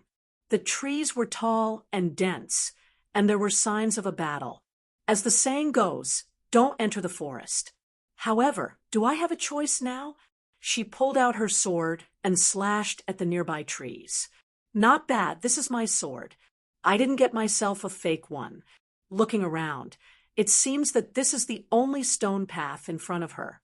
This path is very long and winding, and it seems to go straight to the top of the mountain. Thea took a deep breath. The feeling of not having any underwear lingered on her body. She tried her best to use the secret technique that Madame Shiva taught her. She abandoned all distracting thoughts and focused on walking up the mountain. The path was neatly built. Thea didn't know if this is a real scene or a world in the painting. She didn't see any animals or birds along the way. Her surroundings were quiet. Occasionally, there would be wind blowing, but it didn't cause any disturbances to her sharp senses. Just when she was about 1/5 of the way up the mountain, she received a warning from her perceptive sense. There was a tingling sensation that seemed to be stabbing her brain. Someone is ambushing me. Thea quickly saw the target. A guy with a face full of black fog and a body full of armor jumped down from a tree and slashed at Thea. At this time, the enemy was in midair, and his body was full of openings. In theory, it was the best time to attack. However, because she didn't know how strong his armor was, Thea chose to dodge. Thea did a side roll in advance to avoid the heavy slash. She didn't get up, but used the sharp sword in her hand to slash at the unprotected foot of the enemy. The armored man reacted quickly. He lifted his foot to step on the edge of her sword. At the same time, he used the huge two-handed sword to slash at Thea's head. This guy is very powerful. Thea used her agility to pull away and focused on defense. She peeked at the opponent's attack pattern and waited for the opportunity to find a flaw to determine the winner. Through the continuous exchanges, Thea gradually figured out the ins and outs of this guy. Looking at his skills, he definitely wasn't a nobody when he was alive. His two-handed sword danced vigorously, and ordinary people would have been hacked to death if they encountered him. Thinking of this, Thea was a little puzzled. Is my bloodline really Merlin's? Why did the mage selection have a martial arts competition? Or was it that the mages of Ancestor Merlin's time were all warriors? Although she was a little puzzled, she still easily dealt with this guy. Thanks to the ninja master's knowledge, Thea had long seen through this guy's swordsmanship. It was an ancient English battle formation swordsmanship. Whether or not he was a knight of the Round Table was unknown, but this set of swordsmanship was something that Thea had learned before. Moreover, as a master who had been in seclusion for 800 years, he had long studied the ways to break these swordsmanship. As long as she followed the recipe, she would be able to defeat this guy. Soon, Thea found the flaw that she was waiting for. The Black Fog Knight used a move where he held the sword with both hands and stabbed forward. Thea used the edge of her sword to block the knight's sword. Then she charged forward fiercely and stabbed the sword in her hand into the knight's face. The Black Fog Knight immediately stopped. The shocking killing intent from before dissipated in an instant. He crossed his sword in his right hand and knelt on one knee on his left knee. He performed a salute that Thea couldn't understand, and then disappeared like a breeze. Chapter 117. After killing the Black Mist Knight, Thea did not let down her guard. She carefully made her way to the top of the mountain.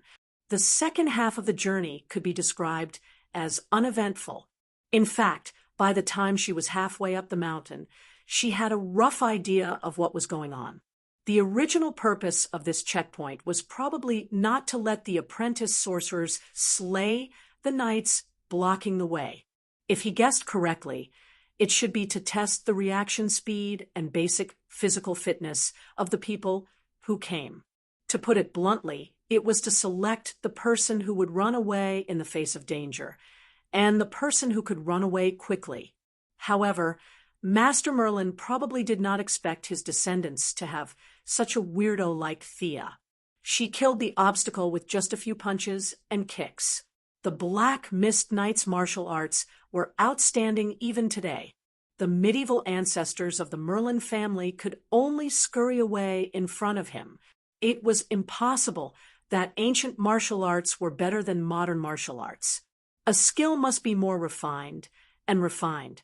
After countless generations of refinement, the final version must be stronger than the original version.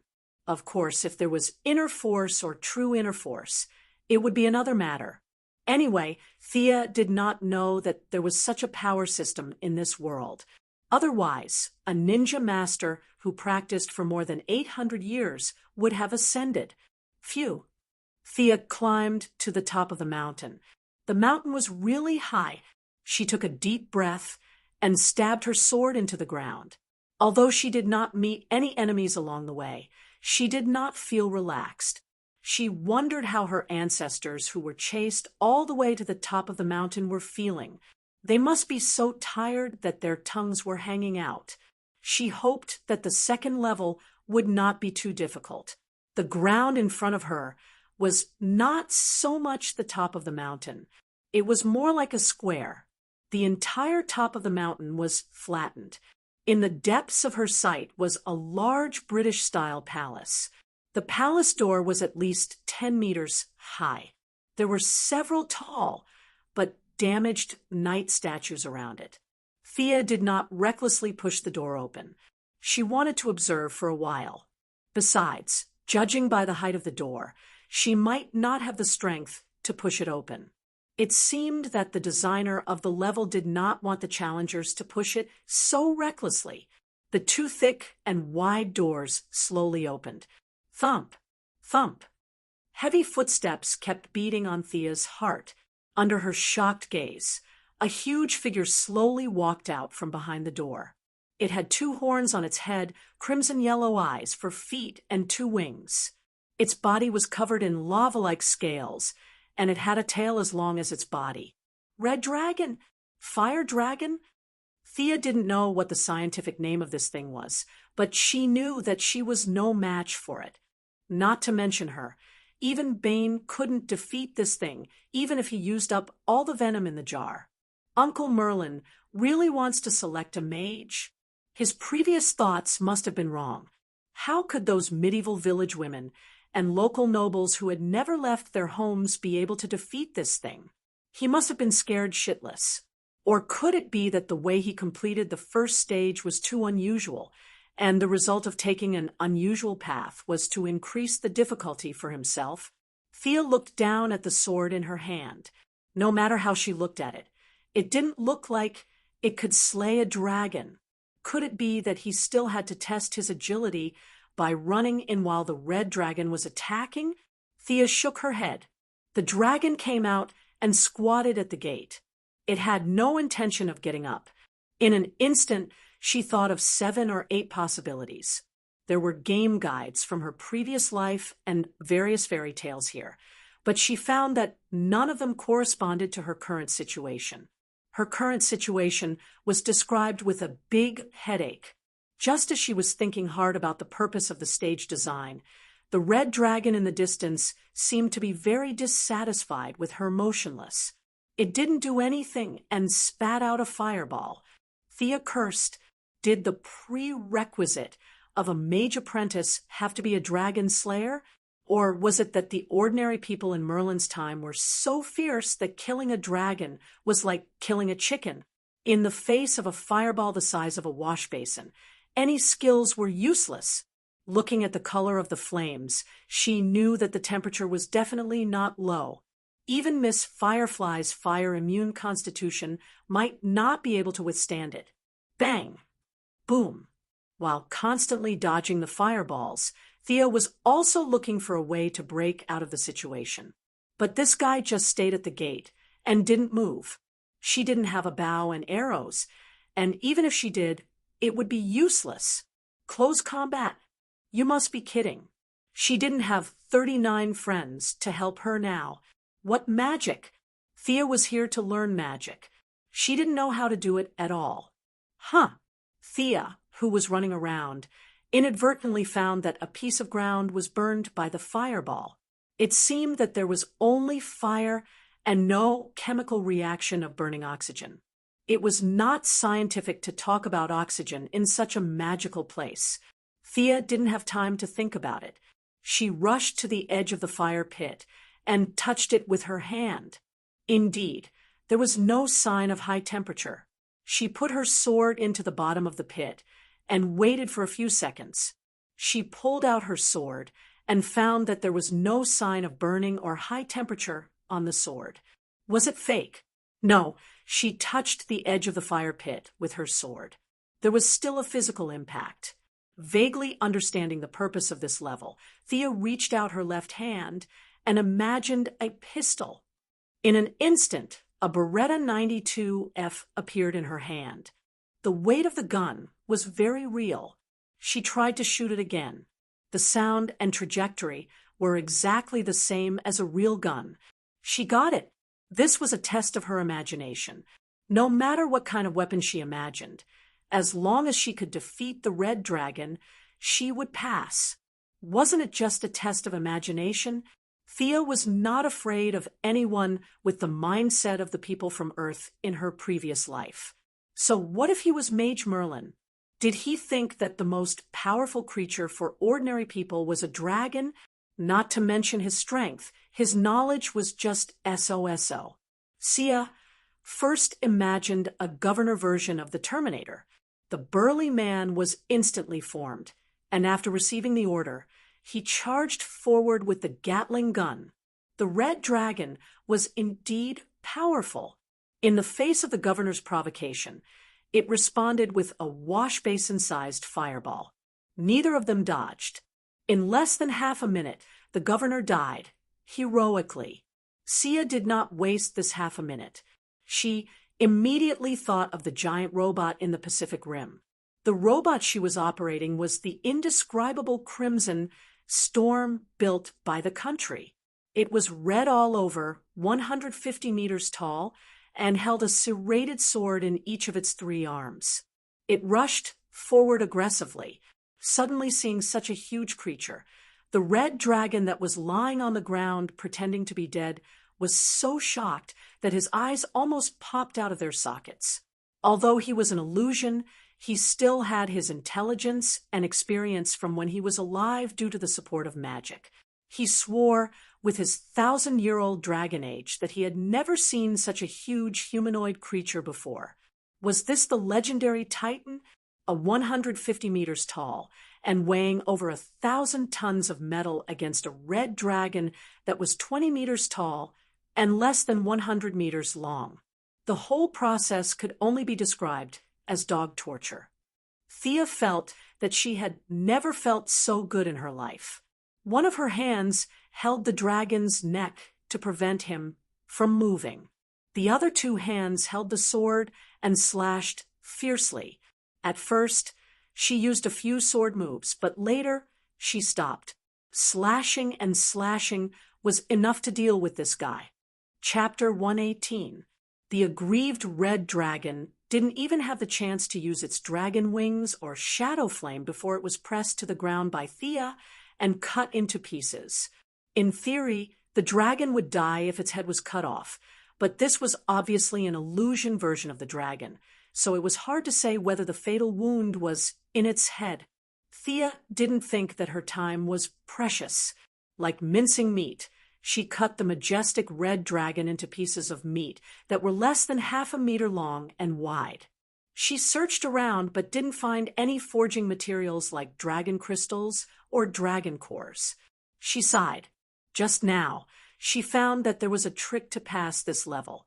There were 4 broken knight statues at the door. The designer's goal was to use these statues as reference objects to simulate the classic scene of a knight and a mage working together to kill a dragon. But she didn't know which generation of ancestors had misunderstood or deliberately caused trouble for their descendants, but he or she directly brought the statues to life and fought a great battle with the red dragon. The 4 statues were now piled up on the side like garbage, and if one didn't look carefully, one wouldn't know the specific meaning behind it. Anyway, she passed. Thea controlled the robot to put her on the ground. She was 150 meters away, so she didn't dare to cancel it suddenly. She would fall to her death. Carrying her sword, she walked around the pile of meat and walked into the hall. Not long after she entered the hall, the 2 doors closed in a very old-fashioned way. She pouted. How uncreative. From the outside, it looked spacious and tall, but the space inside was actually not that big. Thea walked a few steps and came to the side of a desk. There were a lot of parchment papers on the table, 3 quill pens were placed diagonally on the table, and a small bottle with very little ink was thrown carelessly on the ground. Thea was more and more sure that there was something wrong with this scene. It was so messy and disorderly that it didn't seem like an examination at all. There wasn't even someone to clean up the table. Moreover, there wasn't even a prompt along the way. She didn't ask for the system to make it like a system fairy, but even if it put up a notice board, it should at least let the candidates know what to prepare. No matter what the examination was, she should clean up the table first. But when Thea touched the parchment paper, a huge hourglass suddenly appeared in the originally empty place. She roughly estimated that the sand wasn't moving too fast, so it should take about an hour. But what was he going to do in the next hour? Thea looked around again. The decorations were quite luxurious. There were carpets, murals, lamps, and a bunch of decorations. Thea scratched her head. After all, when Merlin was active, Sherlock Holmes' great-grandfather hadn't been reincarnated yet. But just in case, she still looked around. Many of the items were just decorations and could not be removed. Thea wasted 10 minutes and finally confirmed the target. It was the thing on the desk. He picked up a piece of paper and read it carefully. What a mess. Thea put aside the so-called practical application of mana and the secondary connection between the earth and water. If he couldn't understand this piece of paper, his ancestors wouldn't be able to either. He could only spend another 5 minutes sifting through all the parchments and find a few that he could understand. It was really simple, The paper was filled with basic knowledge, such as the composition of the universe, the basic framework of the world, and so on. For Thea, whose learning ability had been enhanced to 2.0, it was a piece of cake. She used her extraordinary intelligence to forcibly record down the information that conflicted with her original worldview. Then, she began to read the scrolls that she couldn't understand. She realized that the next examination was probably a written one. The quill and ink didn't look like a souvenir for her. Thea used the skills she learned from her previous life to deal with exam-oriented education. Some of them had some similarities with modern physics, while others were nonsense. She didn't care if she understood them or not, and just memorized them all. The learning methods from her previous life were a great help, combined with her powerful memory. She could say that no matter if it was the Ninja Master or Batman, she wouldn't lose to them in terms of learning speed. There were more than 10 parchments with tens of thousands of words that went against common sense. In less than half an hour, she had memorized all of them. She also used the last 10 minutes to comb through her entire memory. The knowledge was very heterogeneous. Although it was the result of a large system, Thea felt that it was too scattered. It felt like someone had put it all together as a prank. As for the truth, she did not care at this time. The whole assessment site seemed to have been used many times, and the painting she got had probably passed through many generations. With the erosion of time and man-made destruction, Thea felt that it should not have been so difficult in the beginning. Perhaps there were some instructions left with the painting for future generations, but at this point, no matter what happened here, as long as she passed this level, she should be able to pass. She could still vaguely feel this. She calmed her breathing and kept herself in the best condition. She slowly adjusted her state of mind. When the sand in the hourglass completely fell, a new piece of parchment appeared on the table. The original ones had all disappeared, leaving only the quill and ink bottle. Thea immediately took the parchment and looked at it carefully. There were less than 20 questions on the whole paper. They were all questions about how the world was composed of several major elements, the colors of flames when burning, the refraction of light, and so on. She knew that she had been tricked by this messy environment. What she saw later wasn't the content of the examination at all. Just looking at the first few papers was enough to deal with it. Thea gave the unknown guy a middle finger. "Don't let me see you in person, or I'll beat the shit out of you." Although the questions were very simple, she still answered them seriously. In less than 5 minutes, she finished all the questions. After checking several times and confirming that they were all correct, Thea was a little dumbfounded. Who should I give this paper to? "Hey, I'm done." "Is anyone here?" She stupidly shouted at the empty room for a long time, but no one came out. She fainted. Ancestor Merlin, don't tell me that in order to take care of the descendants who just learned how to read, the examination time was set especially long? Thinking about it, it was possible. In the Middle Ages, not to mention the common people, even the king who could write his own name was considered a high-quality person. At that time, the king was more like the leader of a society than the leader of a country. Many nobles didn't know how to write their own names, so they could only wear a seal on their hands and press it when it was their turn to sign. She waited patiently for a while and found that still no one paid attention to her. "Okay, since you are so assured, I won't be polite." Thea left her seat and looked around again. Although the hope was not big, what if she could find something good? Using the treasure hunting skills taught by Big Sister Catwoman, Thea began to explore the surrounding walls and decorations. Her efforts paid off. She found nothing on the walls, but she found a pitch-black dagger in an ornament decorated with antlers. Chapter 119. The dagger was only the size of a palm, with a double-edged blade. The workmanship was not exquisite, and there were no decorations on the handle. No matter how one looked at it, It was just an ordinary weapon. Thea played with the dagger in her hand for a while, but she did not see anything special about it. She did not know if she could bring it out, so she put it on her belt and continued to search around. Time flew by, and when she repeatedly confirmed that there was nothing in the room, more than an hour had passed. There was no clock in the room, so she could not estimate the exact number. She could only make a rough estimate. Bored, she put her legs on the table and closed her eyes to rest. Just as she was getting impatient and was about to get up and push the door open, the answer scroll on the table disappeared silently like it did in the beginning. Then, when she was unprepared, an invisible flame seemed to burn from within her body. Wah, what is this ghost? She really didn't know what to do with this thing that she couldn't see or touch. She only felt that all the blood in her body was desperately rushing towards that ball of flame, and a large amount of blood was being converted into an unknown substance. Every second felt extremely long. With the inexplicable loss of blood, she felt that her ability to think was getting weaker and weaker. Her mind was blank. Who am I? Where am I now?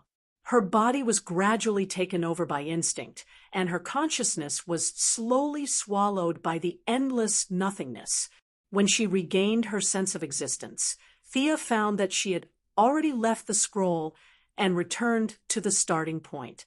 The swamp monster was still staring at her with its blood-red eyes from afar. She touched her body, and the Kevlar was still intact on her body. The dagger that she found earlier was hanging conspicuously on her waist, but she was not in the mood to care about the dagger now. She only felt that her body was sore and weak, and she had no strength at all. What happened to me? And how long has it been? The target of the question was naturally the swamp monster not far away, but her voice was a little soft, and she did not know if the swamp monster could hear her. The swamp monster scrutinized Thea from head to toe. His terrifying gaze gave her goosebumps. He slowly said, "You do have extraordinary potential. Your bloodline has been successfully activated."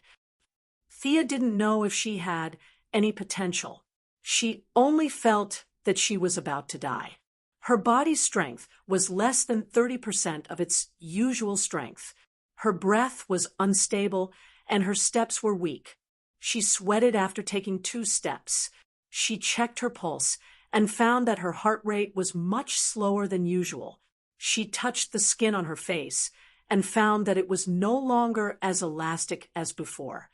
What kind of injuries did I sustain? He wanted to use his heart to feel the so-called bloodline of the swamp monster, but he felt dizzy and his vision blurred. He could only see double. This was probably a symptom of lack of blood.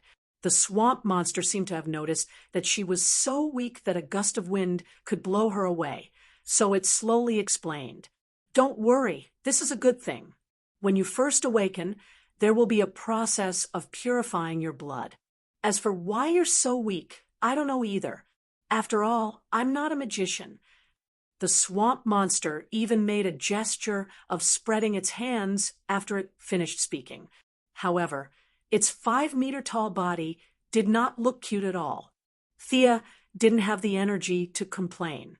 What it said was as good as not saying anything. What a jerk. Even though she was so weak that she couldn't even defeat Director Gordon. "Achoo! Who's scolding me?" Fortunately, she rode out on a skateboard, so she could still fly back to the camp slowly. She waved at the swamp monster and was about to say goodbye. He was quite friendly to her. Judging from the size of this guy, it was obvious that he wasn't a magician. It was useless to ask. She should go back and rest early. "This is for you." The swamp monster put away the cup and took out a green fruit from the ground and handed it to Thea. "What's this?" Thea looked at the fruit. It was the size of a coconut and had an oily body. Its emerald green color reminded her of cyanide. Its surface was also covered with strange patterns. Was this edible? It wasn't a devil's fruit, was it? Was it a logia fruit? But Thea knew that it was impossible even if she used her toes to think. I don't know which ancestor's bloodline you awakened, but the earth can bear everything. This fruit can further awaken your bloodline. This is a gift from me. I can see every corner of the city. You've brought light to Gotham. You're a good child. Justice needs your strength. Even though she was praised by a 5-meter-tall green creature, Thea was still quite happy. It seemed that there were some benefits to her urging the rain every day. She smiled as she took the fruit. This thing could awaken her bloodline again. It didn't seem too bad. Thea was a little scared after her previous experience. Plus, she was extremely weak. She should keep the fruit for now. Looking at the swamp monster slowly sinking into the ground, Thea didn't have time to count her gains. She found the direction of the camp and flew back. Fortunately, after the 2 recent attacks on Arkham and the fight between the major crime families in the city, the villains in the city had all been summoned away. The spectacular scene of being greeted by rocket launchers when she first arrived in Gotham did not happen again. Thus, she was able to safely fly back to the base.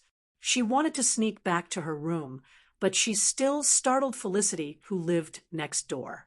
This girl had been getting closer and closer to Catwoman recently. The 2 of them were playing games in the room. When they heard her movement, they both came out to ask, "Thea, what's wrong?" Catwoman had been avoiding her for the past few days because she thought of her as a big boss. But now that they met face to face, she couldn't pretend not to know her. She quickly asked when she saw that something was wrong with her pale face and unsteady steps. How should she explain? If she said that she had obtained a bloodline or something, it wouldn't be a problem if these people knew, but she had to consider Batman's unnatural attitude of hatred. She couldn't afford to lose the reputation she had gained. Just as she was thinking hard about how to come up with a good lie, Felicity, who always had a big imagination, looked at her for a while before she said in a tone of realization, "You're having your period? You're using so much this time." In a daze, Thea took a while to understand what she was referring to. F***CK, you're bleeding so much in one go. She had lost almost a third of her blood, but Sia thought about it and realized that she had indeed lost a lot of blood in the past few days.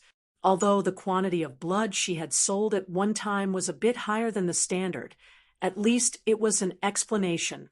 Although it was a bit awkward, she tacitly accepted this fact. Catwoman immediately understood what she meant. She was very enthusiastic and helped her back to her room like an old lady. Then she volunteered to boil some brown sugar water for her. Barbara, who lived nearby, heard the news and jumped out of Robin's room to help. She didn't know if she was in the mood to watch a good show or if she was really concerned about her comrade. Batman was doing recovery training. When he heard that she was injured, he hurried over. But when he saw that she was surrounded by women, he used his rich knowledge to surpass Lex Luthor's IQ to determine the specific situation and ran away. Chapter 120. For the next few days, Thea used the excuse of being attacked by her aunt to deal with everything. Needless to say, this reason was really very good and very strong. Everyone who saw her showed a bright smile, and all of them were concerned about her well-being, afraid that she would suddenly die. With her body's hematopoietic function activated, Catwoman Barbara would send her some black chicken with brown sugar from time to nourish her body. She had recovered most of her combat power and could properly sort out her gains this time. In fact, she had already received a message the night before. This message was very mysterious, as if it had suddenly emerged from her soul. There was no need to read or understand it. It was completely an instinctive skill that she had mastered. From the message, she realized that every descendant of the Merlin family would master an instinctive skill or a spell-like ability when they successfully awakened. This skill did not require magic, gestures, or any other external conditions. As long as one had enough physical strength, they could activate this ability. Through observation, a silver-white unicorn tattoo appeared on her left shoulder blade. It could be visible or invisible. This tattoo could be said to be a dual skill. During the day, it was a yang tattoo and would constantly absorb sunlight. When the skill was activated, it would summon a unicorn to accompany her in battle until it was cancelled. At night, the tattoo would be an Yin tattoo and absorb the power of the moonlight. It could use the power of the shadows to create a clone of Thea with the same ability as her. Unicorn? Thea pondered for a moment. She opened the door and saw that no one was paying attention to her. She hurriedly closed the door and windows tightly. Thea prayed silently and concentrated on the tattoo. She hoped that the movement would not be too big. She concentrated on the tattoo and activated it. A faint white smoke flashed, and the assistant she had been eagerly waiting for landed in front of her. Sia's face was filled with black lines as she looked at this guy who was slightly bigger than her palm. If she took a closer look, there was indeed a horn on his forehead.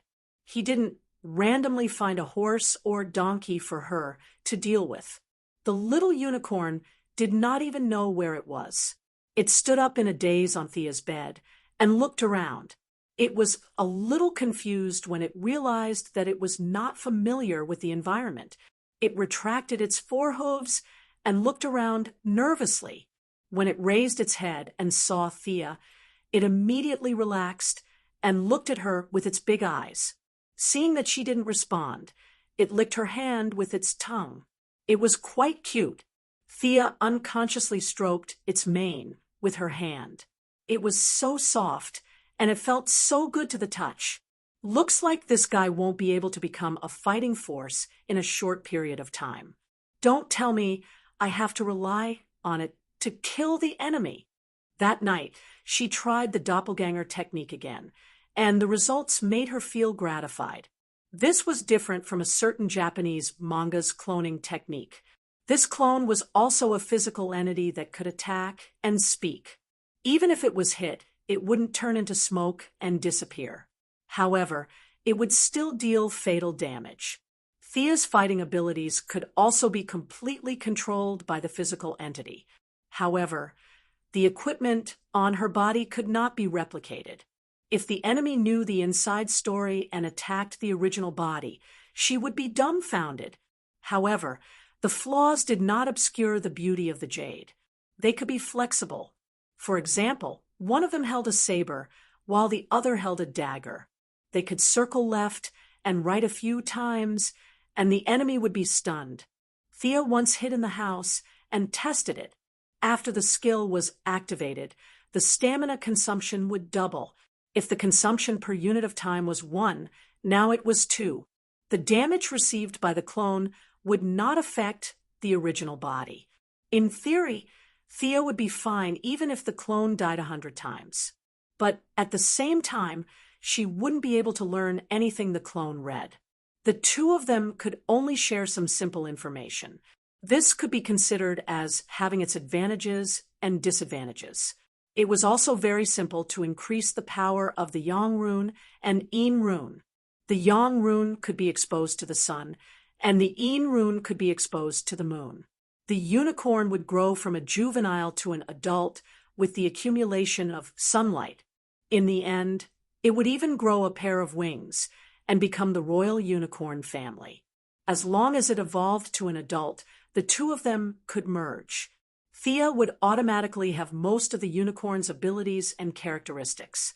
The clones at night could also become more agile and intelligent with the accumulation of moonlight. It was even possible for 2 or 3 clones to be created at once.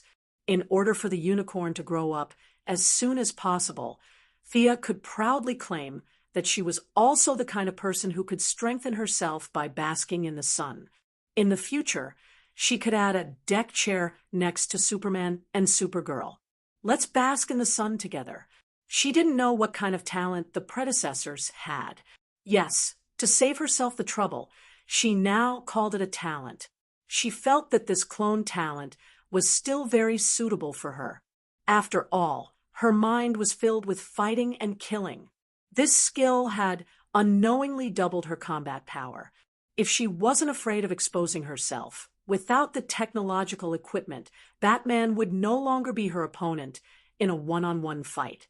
Speaking of the concentration of the bloodline, it was necessary to talk about the process of blood loss at the end. Although there wasn't much information at this time, Thea could still analyze that it was a process of burning blood and returning to one's ancestral roots. She could now feel that there were 2 drops of golden blood in her heart. She didn't know if it was because she had completed the trial too well, but the purification process was completely at full power. Theoretically, the energy that could only be converted into 1 drop of blood was excessively stimulated, and 2 drops of blood were purified. This was also one of the reasons why she was so weak. A normal person would be finished after losing 15% of their blood, but she lost 30%. Looking at the suspected devil fruit that the swamp monster gave her, she didn't dare to try it lightly. At least, she had to be completely healed first. The scroll that had caused all of this had been completely destroyed. Before it was completely destroyed, it also transmitted a stream of information to her, but this information wasn't as clear as the information about her talent. The whole message was intermittent. Thea could only guess that one of her ancestors was forced to enter the secret realm because of his lover. After that, there was a lot of unknown information. In the end, he destroyed the key inheritance guide. She speculated that it might be a piece of parchment and left the world alone. It was really a sad story. Thea didn't have a trace of sympathy for this ancestor. He was the one who destroyed the assessment guide along the way, causing her to be in such a sorry state. She had to rely on guessing along the way. Other people's trials might be of normal difficulty, but hers was definitely of hell difficulty.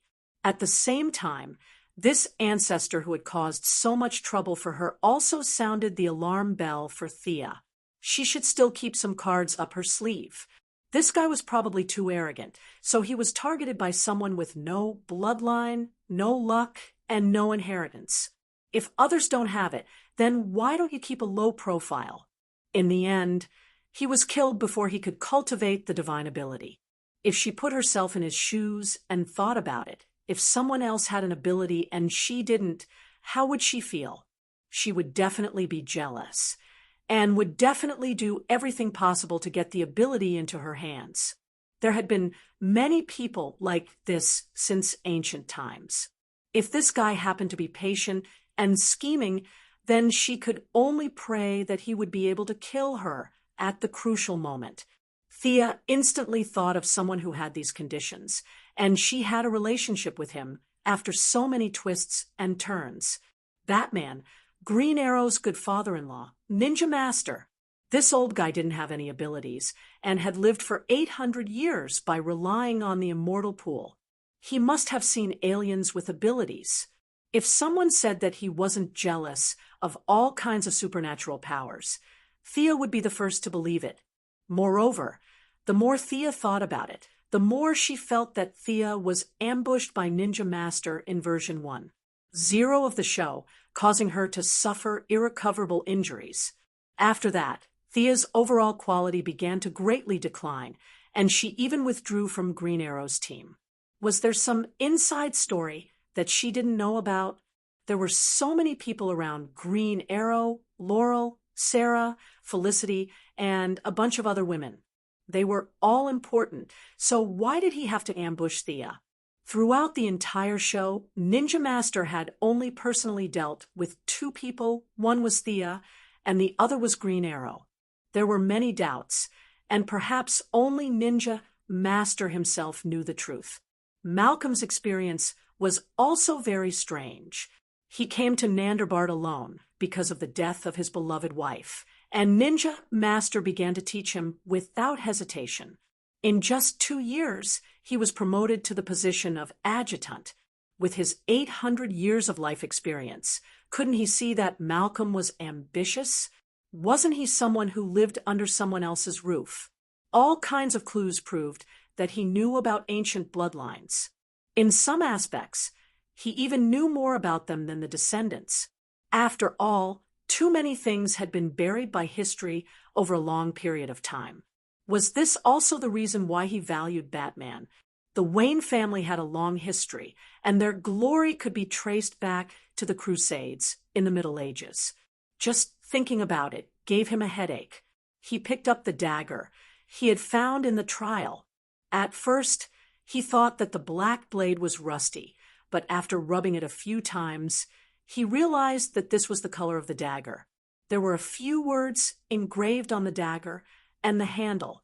Thea, who could barely be considered a mage apprentice, used the knowledge she had memorized and the search engine to finally understand the meaning of these words.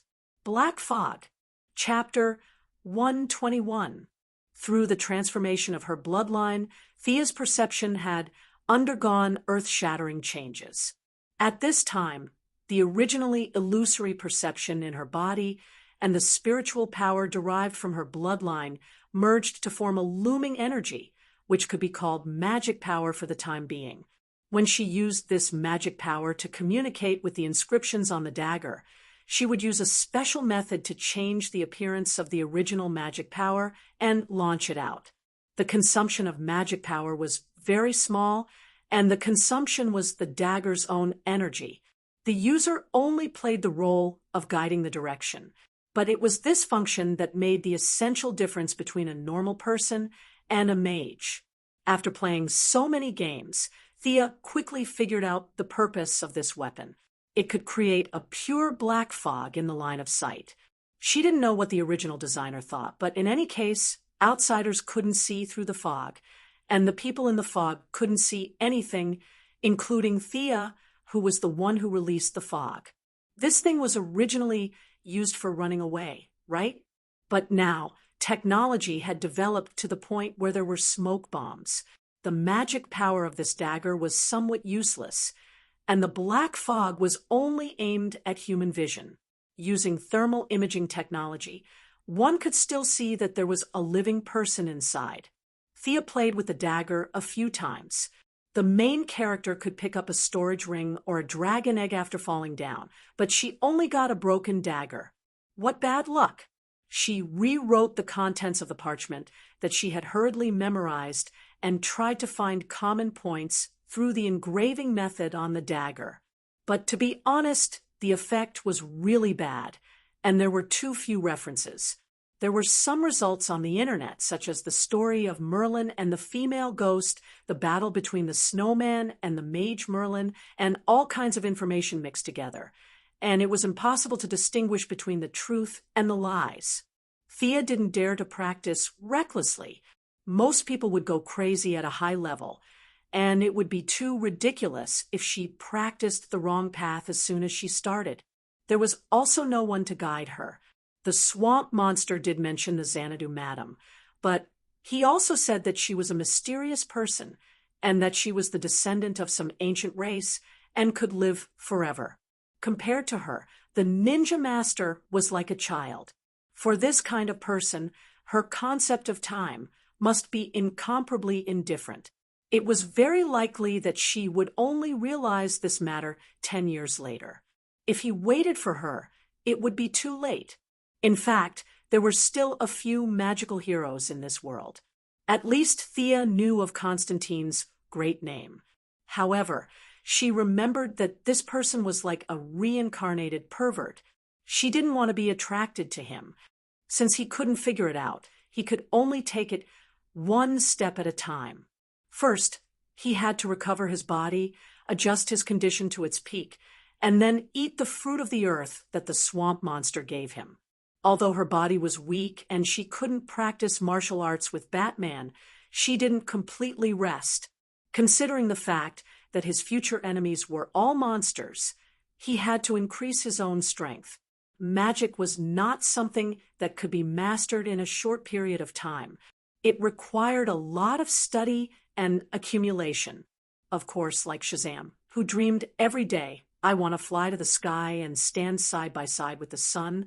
The world is waiting for me to change. He would shout Shazam to the sky when he encountered a situation, and then a thick purple lightning would strike him. And then the originally thin and weak little boy would become a muscular magician with a height of 180 centimeters. Thea disdained this kind of quick method. What was the difference between this and the indescribable countries Lord Guan Yu? His foundation didn't increase at all, but every time he was possessed, he would consume a lot of blood essence. This method was simply stupid. If this kind of trash was still in the Xianxia world, he would be possessed in minutes. During this period of time, taking advantage of the good moment when her relationship with Batman was at an all-time high, Thea asked to borrow the Bat Belt to take a look. Bruce didn't refuse this junior, who he valued very much. Thea could finally see this legendary belt.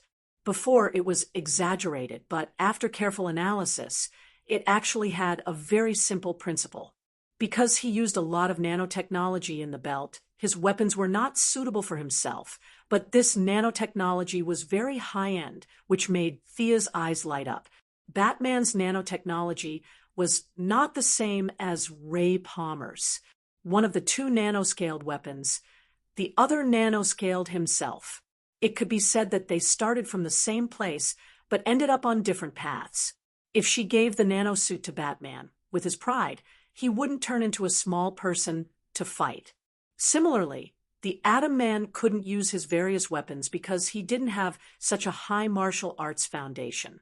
This belt inspired Thea a lot, and she had begun to develop her own new technological equipment. The skateboard's improvement in a short period of time was limited, and it was really powerless against a bull-like enemy like Bane. If there were only one or two of them, it would be fine, but there were a lot of strong bad guys in the United States. Her strength was already the weakest in the bucket. Whether it was close combat or long-range bow drawing, her strength had become more and more limited. After considering several factors, she set her sights on Marvel's Winter Soldier next door.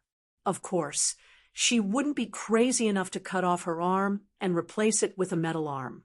She was going to use Batman's technology to nano the metal arm, which was usually divided into 3 parts. They were the arm ring, the bracelet, and the ring, which were all common accessories for women. No matter the occasion, wearing accessories would not be very conspicuous. When encountering an enemy, she could turn on the switch on the bracelet, and the ring would begin to flip over to cover the palm. The bracelet would become the wrist guard and forearm armor, and the arm ring would become the upper arm armor. After the 3 were connected, the energy block designed by the Quinn Group would provide power. In theory, the limit was 10 tons. Thea also designed 3 holes in the palm armor, so that 3 claws could pop out after clenching her fist. Of course, this was copied from Uncle Wolf. Considering that she might attract the attention of a ninja master, she felt uncomfortable facing bad guys with her bare hands. She couldn't always bring a sword with her, so this was a stopgap measure. As for whether it was a one-handed mechanical arm or a two-handed one, in the end, she decided to use one hand, and like Winter Soldier, it would be the left arm. Of course, she was not a brainless fan. She considered shooting arrows and guns with her right hand. No matter how clever the mechanical arm was, it would not be as flexible as her fingers. She only needed a lot of strength, and her left arm was enough. Magic could not be seen in the light now, but technological weapons were fine. She did not want to waste Batman, a great master of mechanical manufacturing. She took the design and asked him for advice. Master Bruce could only express his admiration for her wonderful ideas. This mechanical arm had a lot of conflicts with his existing equipment. He would not use it, but he could still give some advice. The two worked together to improve the overall design, combining several technological achievements of the two companies. The new design made the metal arm lighter and the output power per unit of time higher. Batman had some complaints about her design of hiding claws in the equipment and secretly attacking the enemy at the critical moment. Thea could only express her concerns, such as women wearing too little clothes in public and having no place to put their weapons. Master Bruce could not comment on her mentality of touching bad guys every day, so he could only agree with this design. Chapter 122. The group rested for 7 days. Considering the secret weapon that Talia mentioned, they had long wanted to charge in.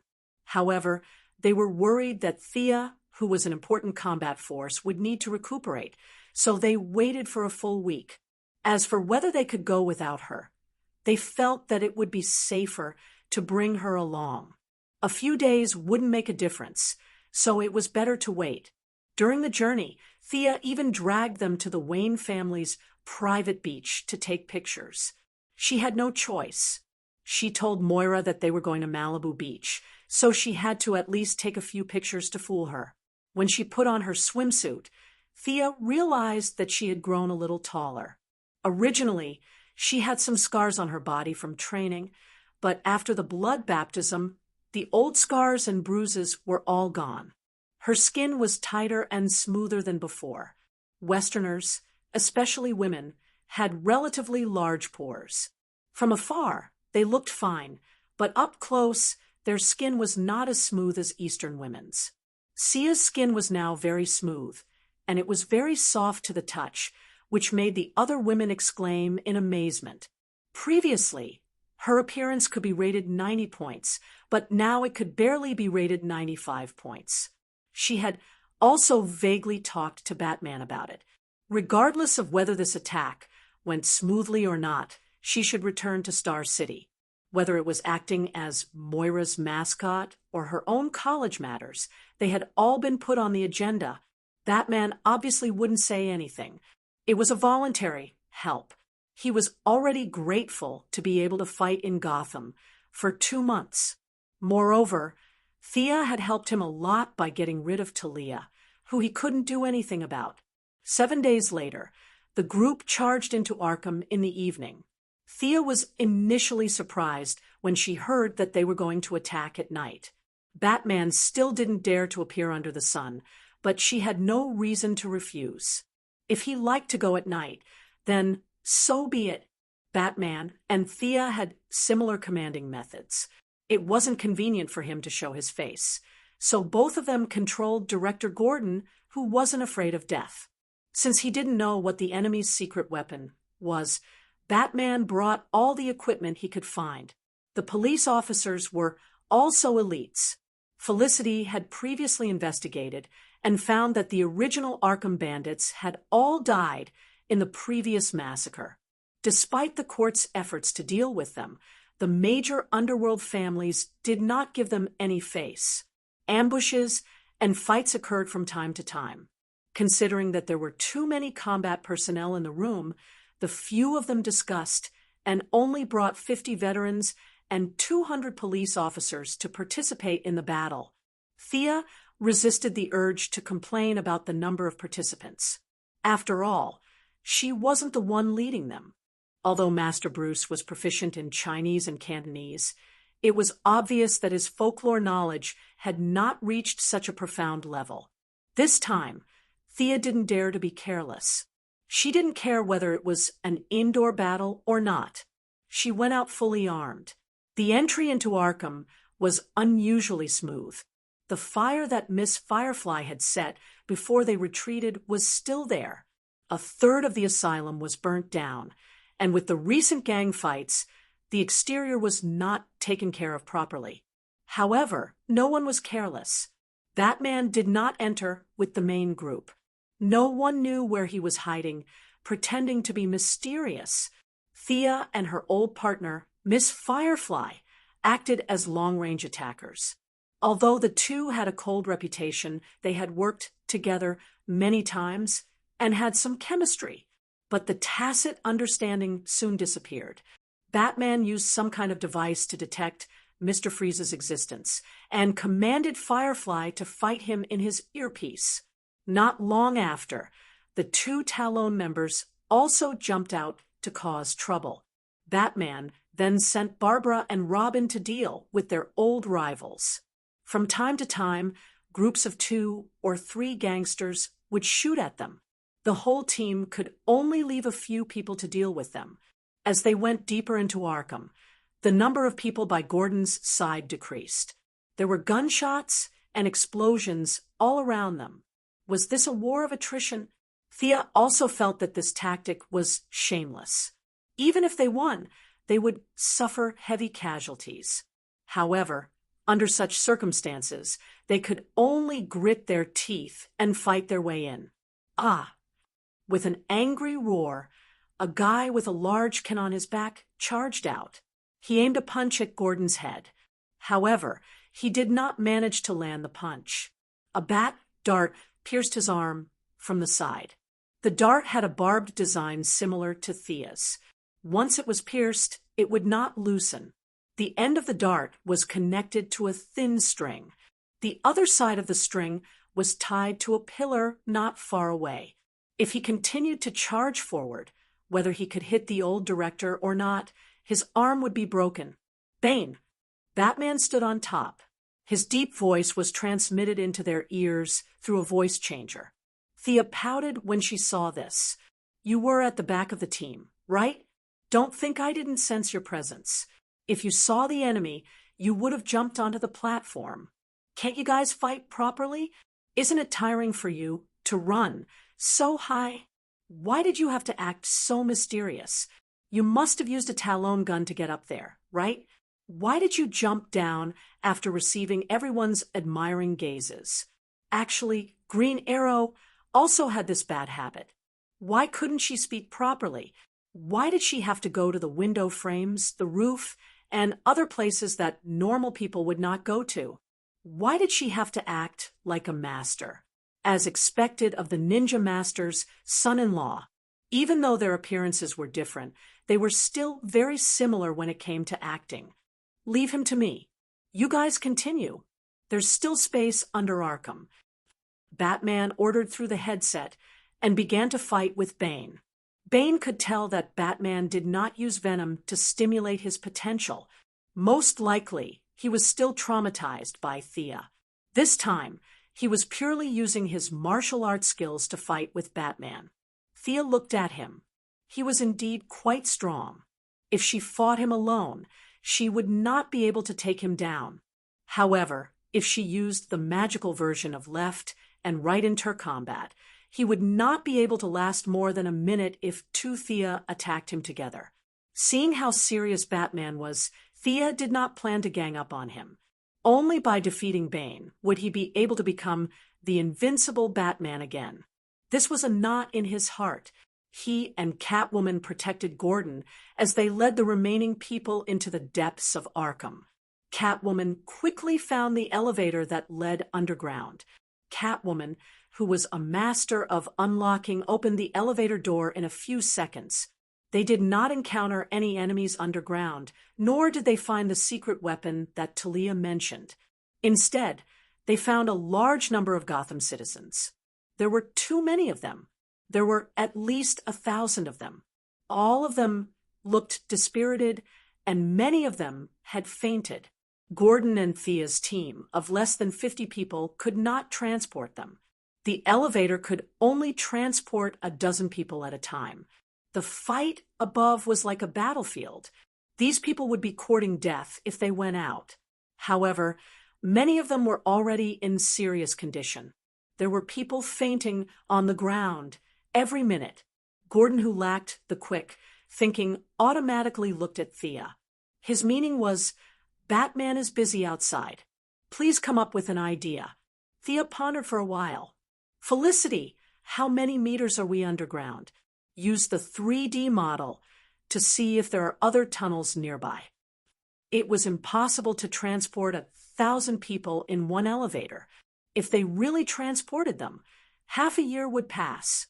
Chapter 123. There should be an underground passage. You guys look for it. Old Master Batman spoke in the earpiece. His voice was intermittent, making people suspect that he was doing some kind of pleasurable exercise. Of course, Old Master still had his integrity. He was panting because Bane was not easy to deal with. Half of the police officers were sent to look for the exit, and the rest made some simple stretchers to take care of those who had difficulty moving. Thea and Catwoman sat on the side and rested, watching the old director run around. They found the exit quickly, but it was not a broad road, but an abandoned sewer. The sewer was very wide. It seemed that Gotham used to be a city with a lot of rain. The sewer was tall and sturdy, but the dirty ground did not look like there were any signs of human activity recently. Looking at the dark and abandoned sewer, they were a little troubled. It was too dark. What if there was an ambush? It's high enough here. I'll ride the skateboard and scout. Thea, as the one with the highest combat power, could only take on this difficult task that no one knew about.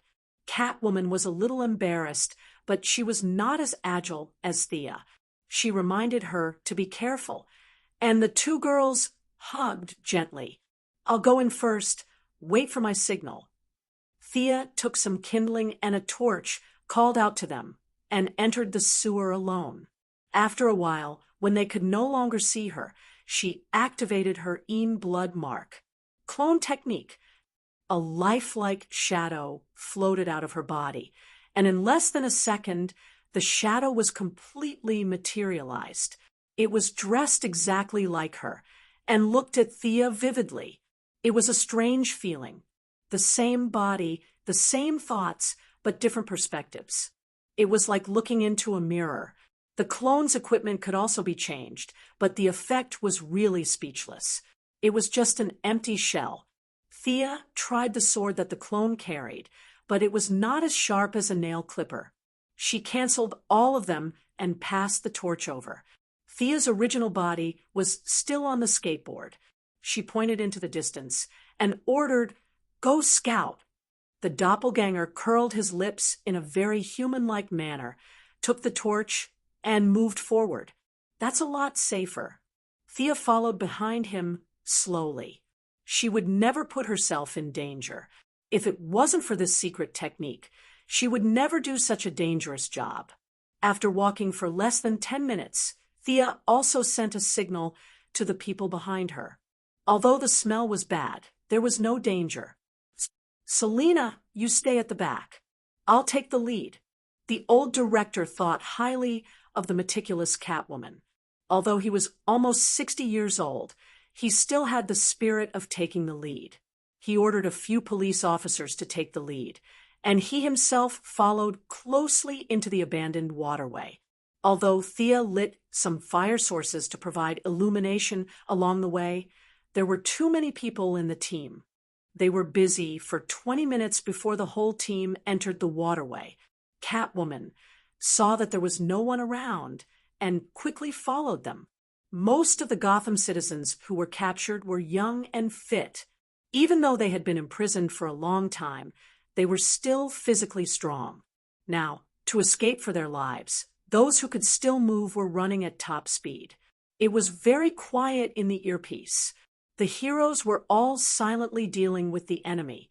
Catwoman was still a little dissatisfied with their speed. Just as she was about to ask how long it was before they reached the surface, Thea's voice came from the earpiece. The few of them were a little surprised and quickly asked what happened. "Oh my God, I'll lure it away. Hurry up." Boom, boom. Thea was halfway through her sentence when she was drowned out by all kinds of violent sounds. "What happened?" Catwoman, who was the most idle at the moment, quickly asked. However, no one answered her. "What are you guys planning?" Batman shouted angrily at Bane. Bane only laughed coldly and did not move at all. He took advantage of Batman's weakness and punched him a few more times. Batman had no choice but to focus on the enemy in front of him. The few of them were still trying to figure out what was going on when they heard a muffled sound not far away. Both the surface and underground were greatly shaken. Hiss. This time, it was Felicity's voice that came from the remote monitoring. Thea blew up the surface.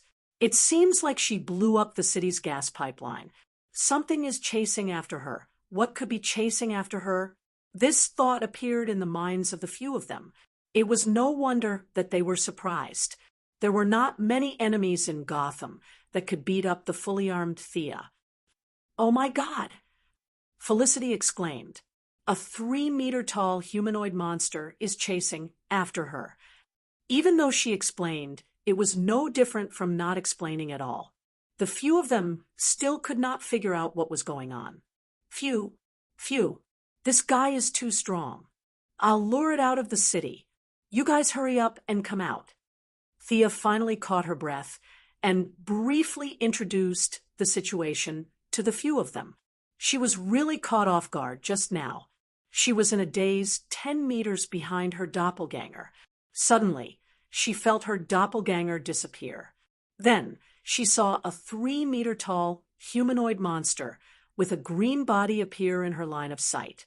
European and American sewers were generally built very high. Therefore, whether it was the 3-meter-tall enemy or the floating Thea, it was not too difficult. However, Thea wished that the sewers were built shorter and narrower. The enemy's muscles were as hard as iron. Its skin was gray, and its white hair was draped over its shoulders. Its scarlet eyes were staring at Thea. Solomon Grundy? Are you kidding me? Facing this giant zombie that had been dead for more than 100 years, Thea was completely dumbfounded.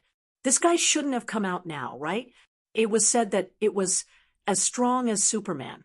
Would he be able to defeat him? Of course not. Thea understood. This should be the secret weapon that Talia mentioned. The Court of Owls must have used some method to activate the giant zombie in advance and ambush them in the sewers. Are they trying to catch all of us in one fell swoop? Fortunately, she sent her doppelganger to scout ahead, looking at its big fists. Even if she was protected by a Kevlar combat suit, she would be done for.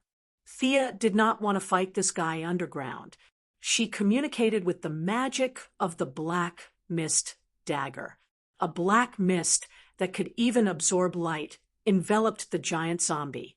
Since she did not know the effect of the black mist, Thea created another doppelganger and passed by it. The result was satisfactory. The giant zombie kept smashing around in the black mist and did not notice the doppelganger that slipped past it. Thea did not say anything and flew over the giant zombie's head. When she flew 30 meters away, she was also afraid that this guy would cause trouble for the large group behind her. Although she knew that it was invulnerable, she still wanted to use her speed advantage to pull it away so that the citizens would not be scared and pee their pants. Thea drew her bow and nocked an arrow. The target was too big. There was no need to aim. Thea shot at the center of the black mist. Chapter 124. The zombies seemed to have sensed the attack and rushed out of the black fog according to the direction of the arrow. Thea glanced at the zombie and saw that her arrow had fallen to the ground. Very good, very strong. It did not break through the zombie's defense at all.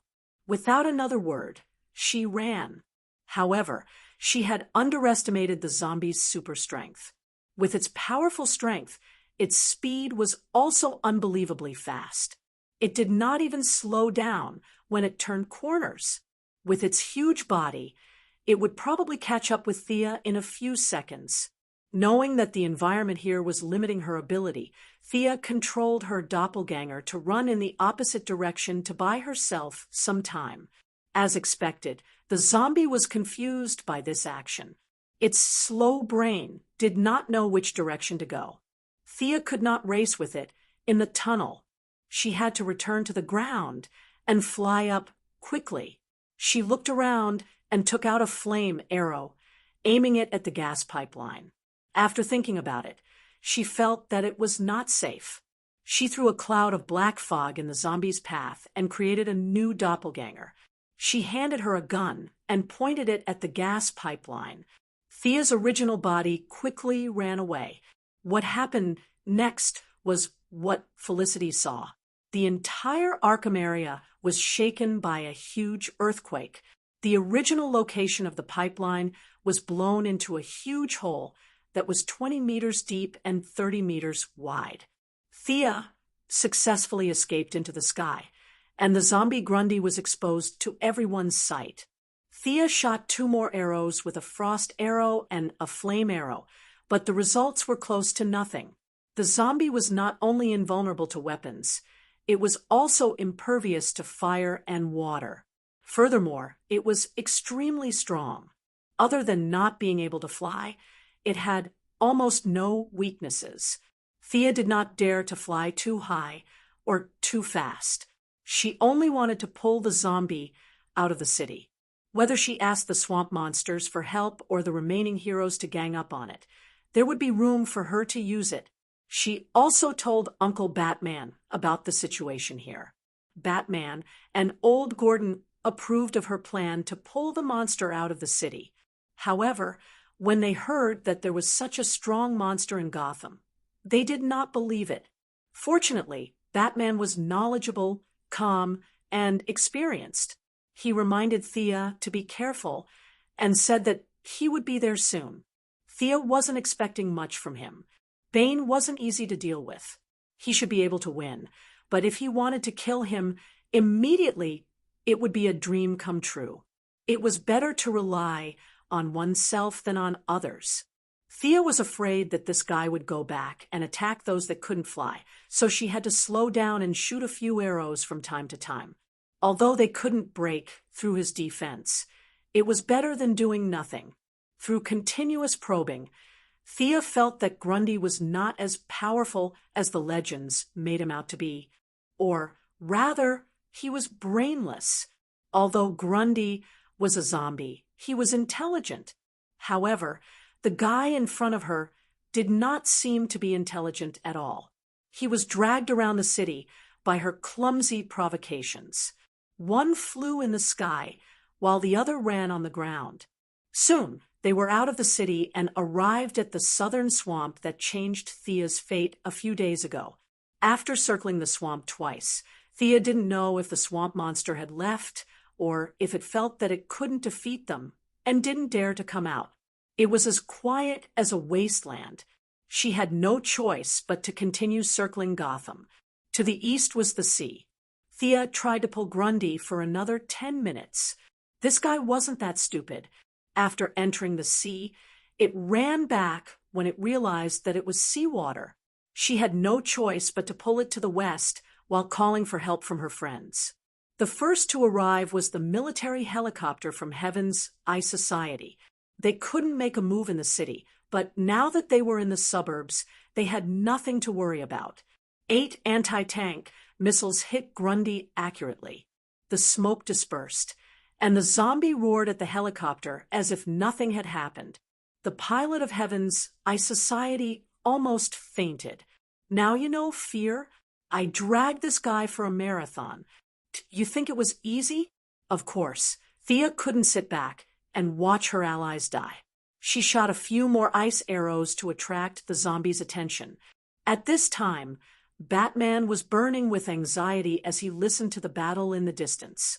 However, Bane had learned his lesson this time. He didn't use venom to strengthen himself. Instead, he relied on his extraordinary skills to entangle Batman and try to keep him in place. There was a difference in skills between the two, but it wasn't big. Last time, Bane's sudden burst of strength had tricked Batman and led to the backbreaker incident. Therefore, this time, Bruce was very conservative. 40% attack and 60% defense. Bane was also a little scared by the venom attack last time. He didn't dare to use his full strength. Anyway, the mission of the Owl Court was to hold Batman back. He didn't have to risk his life. Batman could guess what he was thinking. Thinking to himself, he raised his hand and threw out a smoke grenade. Bane reacted quickly. His first reaction was that his opponent was going to run away. How could he let that happen? He used the throwing technique that he used to fight in underground boxing and pounced on his opponent's waist. You were fooled. Batman's smoke bombs were all feints. He had already expected Bane's pounce. His left hand slammed forward, grabbed the breathing mask on Bane's face, and tore off the mask with force from his wrist. Dash. The severe pain made Bane run out of the smoke range in a few steps. His mask wasn't put on. It was surgically connected to the facial nerves. Now that it was violently removed, the nerves were seriously damaged and affected the operation of the brain. For a moment, he was muddle-headed. Batman saw that his face was covered in blood, his eyes were cloudy, and most of the skin around his mouth was torn. He knew that he had won. He pounced on him and gave him a good beating. He tied up his old enemy with his own special rope and hurriedly called Thea to ask her about the situation. Thea's situation was definitely not good at this time, but it wasn't that bad either.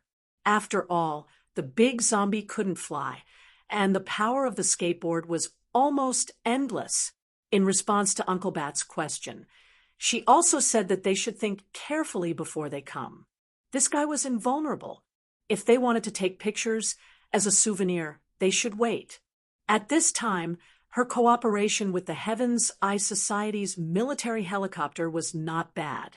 Like a relay, they pulled the big zombie from the south to the west. Now, they were moving towards the north. In the communication channel, she could only say that they could still hold on. They should think of something quickly. After asking for her location, Batman didn't look at his comrades. He quickly got on his Batfighter. His equipment had a GPS. He had already found it a few days ago when Bane was in seclusion. The supersonic Batfighter quickly rushed to the battlefield. He was shocked when he saw Solomon Grundy for the first time. This thing didn't look like a laboratory product. It looked more like a natural product. How could there be such a thing near his own Gotham? He believed what Thea and the others said about it being invulnerable. However, in order to test it himself and obtain more data, he still fired a dense rain of bullets with the autocannon. Chapter 125. The Batfighter could be considered as the most advanced aircraft on Earth. It was fast, powerful, and easy to operate. In the future battle of Dawn Justice, even Doomsday would not be able to catch up with it at full speed. Now, facing Grundy, the Batfighter could completely crush it in terms of speed. Even with Thea's extraordinary dynamic vision, she could only see a series of shadows flashing past.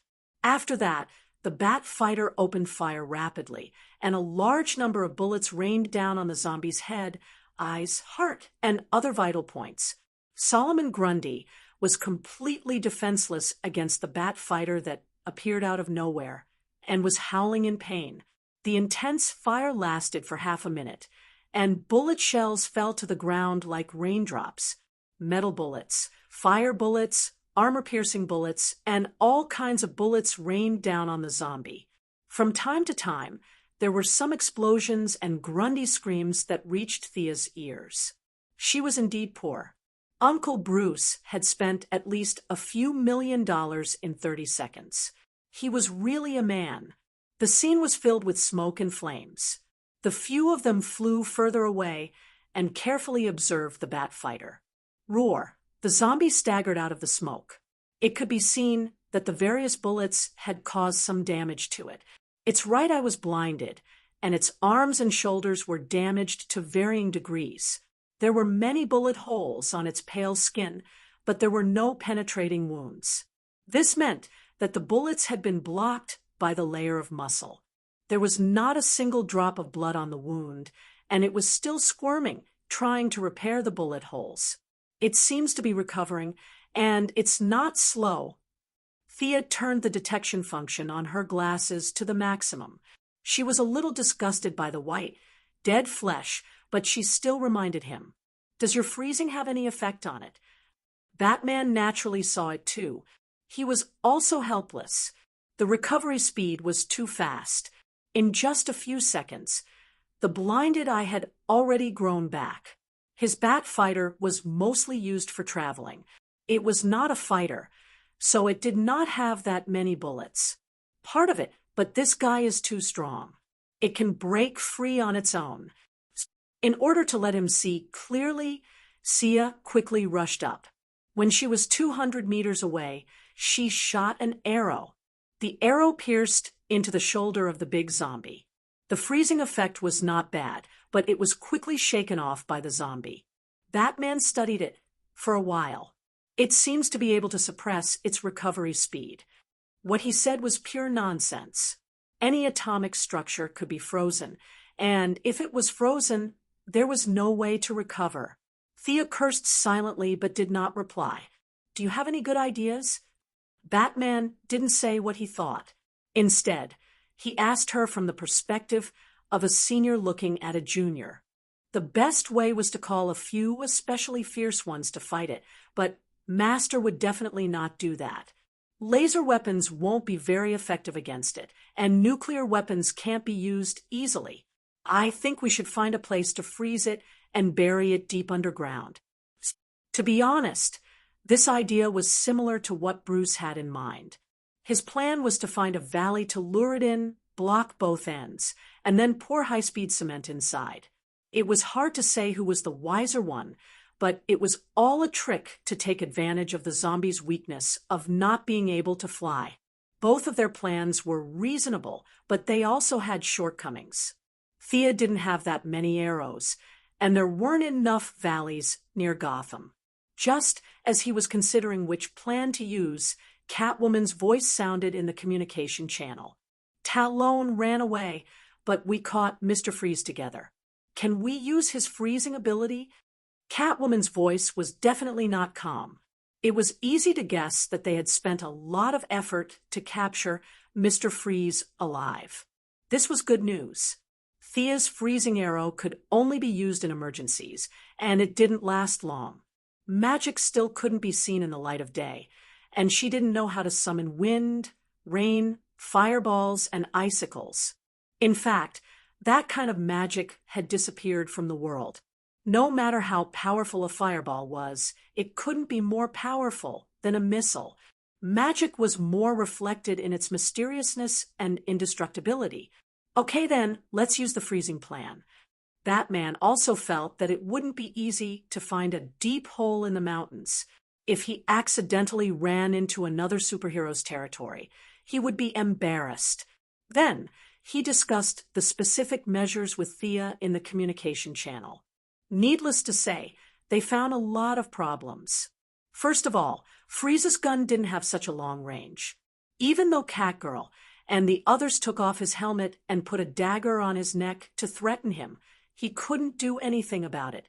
The gun only had a maximum range of 50 meters. It wasn't designed for combat. To be honest, the distance was very close. Grundy's super strength was too great a threat. A random car sign, or something like that would be very lethal. 50 meters was a distance that even Thea didn't dare to get close to, let alone Mr. Freeze, whose reaction speed was ridiculously slow because of his freezing ability. This was just asking him to die. Batman definitely wouldn't be so inhumane. Mr. Freeze wouldn't be stupid enough to rush up and kill himself. How do we limit its ability to move? This question was in the minds of the two. In theory, using the principle of heat expansion and cold contraction, Thea's frost arrows, flame arrows, and occasionally high-strength armor-piercing arrows could cause considerable damage to the big zombie. The atomic structure of the fluctuating temperature was very fragile. No matter how strong the big zombie was, it was still a carbon-based creature. It hadn't become some kind of conceptual existence. By the same logic, Batman could also cause damage to the big zombie if he didn't care about the cost, but the two billionaires both chose to think of another way, because this was a move to throw money into the water, and they wouldn't consider it until the last moment. I've caught Dr. Hugo from the mental hospital. He said that this zombie was fished out of the river because of the rising river. Its consciousness hasn't awakened. It's just a virtual personality that they forcibly instilled in it to control the body. Director Gordon timely shared the information he had collected. However, this information wasn't of much help to the current situation. Thea had long felt that Grundy wasn't as strong as the legends said. It looked silly. When she heard that the river was rising, she couldn't help but feel a chill run down her spine. Is this the hidden boss that I summoned by the rain? Thea listened to Director Gordon with an indifferent attitude. She had to admit that the Court of Owls had some tricks up their sleeves. They were also afraid that they couldn't control the big zombie. They combined the strengthening radiation technology with brainwashing to create a virtual personality to control the big zombie's body. However, this virtual personality was too weak. Or, rather, Grundy's body was too strong. After controlling it for a short period of time, it caused a serious loss of control. They had no choice but to leave Arkham in a hurry, leaving the big pot to the heroes who followed closely behind to deal with it. This was a classic case of kill without Barry. Chapter 126. In the end, they decided that the two of them who could fight in the air would cripple the zombie, and Mr. Freeze would go up and spray it. Uncle, what if we don't succeed? Do you have a backup plan? Thea still felt that the idea was not solid enough. After all, the more detailed the plan, the lower the chance of success. Even the slightest mistake could cause the entire plan to collapse. Many villains had grand plans, but it was easy to destroy them. Batman was silent for a moment. I've called for backup. Don't worry. Oh, you're so arrogant, and you're calling for backup? I'll believe you for now. Seeing that Thea was silent, Batman went through the entire plan in his mind. When he felt that there was no problem, he calmly gave the order. Selina, bring Mr. Freeze, and come here as soon as possible. Thea, delay it for a few more minutes. I'll go find a suitable place. As he spoke, he started to check the information on the Bat Fighter, but he soon found that his password could not be used to access the satellite. Oh, I've checked it for you. There's a natural cliff in the northwest corner. If you lure it to the bottom and blow it up, it should be able to trap it for a while. Only Miss Felicity, Smokey, could find the information so quickly. Batman could only maintain his principle towards women, which was to pretend that he didn't know that she had hacked his satellite so blatantly. Thea had the urge to cover her face. Wasn't it a little too much to hack the satellite in front of the victim? She did not know that Felicity had kicked Bruce's access out without even looking at the name. Otherwise, it would be even more embarrassing. Batman did not have much to complain about this energetic girl, but with a strict attitude. He still told Thea not to let the zombie escape. He quickly went to the site to investigate. When he arrived, he found that the terrain was quite suitable. The cliff was about 10 meters high, and the joints were not very thick. He could easily break it with his autocannon. As long as he lured the zombie to the bottom of the cliff, he could make the whole mountain collapse. The falling rocks should be able to trap it. He operated the Bat Fighter and circled around the area, confirming that there were no signs of living creatures nearby. Bruce, we have a situation here. Catwoman's voice was full of resentment, as if she was not doing her job well. Batman listened quietly and said to Thea, "Pull her over to me. I'll go get Selina." After he finished speaking, he left Thea a set of coordinates and rushed towards Gotham City. When he saw Mr. Freeze, he almost couldn't recognize him. Not only was he unkempt, there were also many slapping marks on his face. They were especially obvious on his pale face. A group of people stayed in the cold room. Only Catwoman was wearing a coat and holding a dagger to his neck. The rest of the people were also freezing. People who were frozen couldn't leave the cold environment. If he went out without a helmet, he would die. Catwoman didn't dare to let him wear a helmet. Both sides were troubled by the reality. However, this problem was too simple for Batman. He took out an unknown object from his belt and threw it into Mr. Freeze's mouth. Plastic bomb. Put on your helmet and follow me. At the same time, he handed a remote control to Catwoman. Keep an eye on him. Mr. Freeze touched his neck. He didn't dare to bet his life on the bomb. He reluctantly put on his helmet and boarded the Bat Fighter with the sci-fi-looking Freeze gun. When Catwoman boarded the plane, Barbara and Robin realized that there was no space on the plane. Batman also didn't want his apprentice to fight such a fierce zombie. Felicity was controlling the satellite anyway. He just needed to tell them to watch the live broadcast. They quickly rushed to the preparation site. Thea was still on the way. She had no choice. The zombie's speed was her weakness. She had to dodge the cars and trees it threw at her from time to time. Thea couldn't speed up at all. She could only fly slowly. Batman stopped the plane and went to the side of the cliff with the grappling gun. He set up a large circle of bombs and threw a remote control to Catwoman. He made eye contact and left the two at the scene. He flew to Thea alone. Mr. Freeze looked at the two remote controls in Catwoman's hands. His eyelids kept twitching. Sister, you won't make a mistake later, right? Please don't make a mistake. At this time, Thea was still pulling the zombies aggro. The Sky's Eye Society's military helicopter had returned early because of the lack of fuel.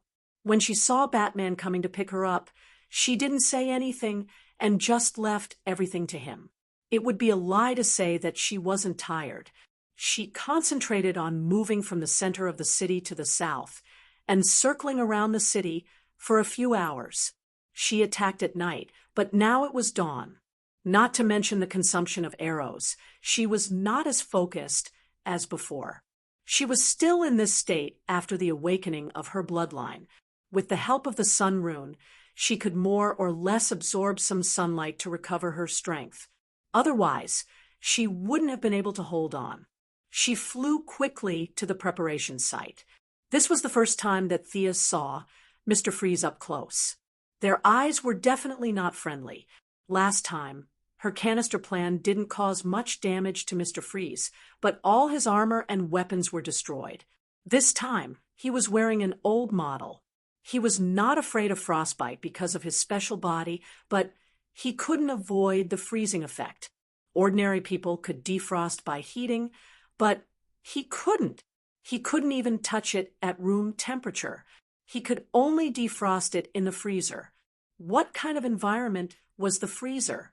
The defrosting speed was as slow as a tortoise's. Luckily, he had a special body, so it took him 10 days to get out of the ice. His chest was stuck to his back, and he almost starved to death. Thea didn't know about his painful experience. She was just curious about his armor and freezing spear. She secretly thought that she must study his equipment carefully when he was locked up. Bang!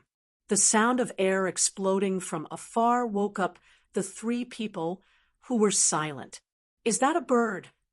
Catwoman, who was naturally sensitive to fish and birds, asked curiously. That's an airplane. Mr. Freeze, the cryogenic scientist, despised Catwoman's ignorant and incompetent look. That's Superman. Felicity, who was remotely controlling the Wayne family's satellite, immediately discovered the identity of the intruder. She screamed like a diehard fan, her voice so loud that it made everyone's eardrums buzz. Thea was speechless. That's enough. Can you not be so exaggerated? The person who came was wearing blue tights with a Biggs logo on his chest and an obvious red cape. It was obvious that he was Superman. His face was strong, and his expression was full of sunshine. He seemed to be the embodiment of positive energy. He stayed in the sky far away and didn't come down to greet them. Sia felt a lot more at ease now. Both of her legs were still there. Wouldn't that little zombie fall into the bowl with a handful of her hands? Thea's sharp spiritual power sensed a strong sense of peeping. She looked up at the sky reflexively. That sunny guy was looking at her with shining eyes. Damn, I just said hello, and you're peeping at me. What is he looking at with his X-ray vision? This guy doesn't have any weird fetishes, right? Thea, subconsciously hugged her shoulders. Chapter 127. After thinking for a while, she understood that this guy was not using his superpower to look at girls. He must have noticed something strange about her and took a peek. Sia harumphed heavily. Her secret had been discovered, and there was no point in hiding anything when dealing with this group of cheaters. Her golden blood was so obvious that it would be difficult for her not to be discovered. Next time, her combat uniform had to be equipped with an X-ray protection function. There were too many people with X-ray vision these days. If she met a few perverted ones, she would be at a disadvantage. However, when she glanced at Superman in the sky, she saw that his face was full of uncertainty. In the end, he did not say anything. He just greeted Thea thoughtfully and did not say anything further. Could it be that this guy did not see it? Ancestor Merlin's bloodline was very powerful. It came with a shielding function. Thea did not know if her guess was right. She thought to herself that she should try to get some information out of Big Chow later. Thea's thoughts aside, in less than 5 minutes, the few of them saw a small black dot on the horizon gradually approaching. The bat fighter was afraid that the zombie could not catch up, so it did not dare to drive too fast. It could only fire a few shots and fly for a while before firing again. To be honest, this made Batman feel a little uncomfortable. His fighter could fire backwards, but it was really uncomfortable to shoot and stop like this. He also had to concentrate on avoiding the ground-to-air cars and electric poles thrown by the zombie. He could only admire Thea for being able to pull him along for a few hours. "You guys hide here well. I'll go take a look." No matter how agile the bat fighter was, it was not as agile as a skateboard. It was true that a small boat was easier to turn around. Thea could see Batman's dilemma. Seeing that Superman had no intention of going up, she could only go and help. However, when she was less than half the distance, an accident happened. Batman did not know if he was too relaxed or the angle of the fighter was too small. A boulder weighing more than 100 pounds was thrown out by Grundy like a sandbag. With a crack, it broke the left wing of the bat fighter in half. Looking at the bat fighter spinning and crashing into the ground, Thea hurriedly raised her speed, found a good landing spot, and shot 4 entanglement arrows into the ground. As it turned out, the anti-jump-off spider webs that Dr. Hoffman had designed to save people who had committed suicide were very useful. Under Superman's surprised gaze, the Batfighter was caught by 4 layers of dense spider webs. Thea hurriedly flew over and rescued Uncle Bruce, who had treated her quite well. At this time, Batman was wearing a black helmet, black armor, and black cloak. Even the skin on his face was black. He was purely embarrassed and angry. He had lost so much face in front of his old rival.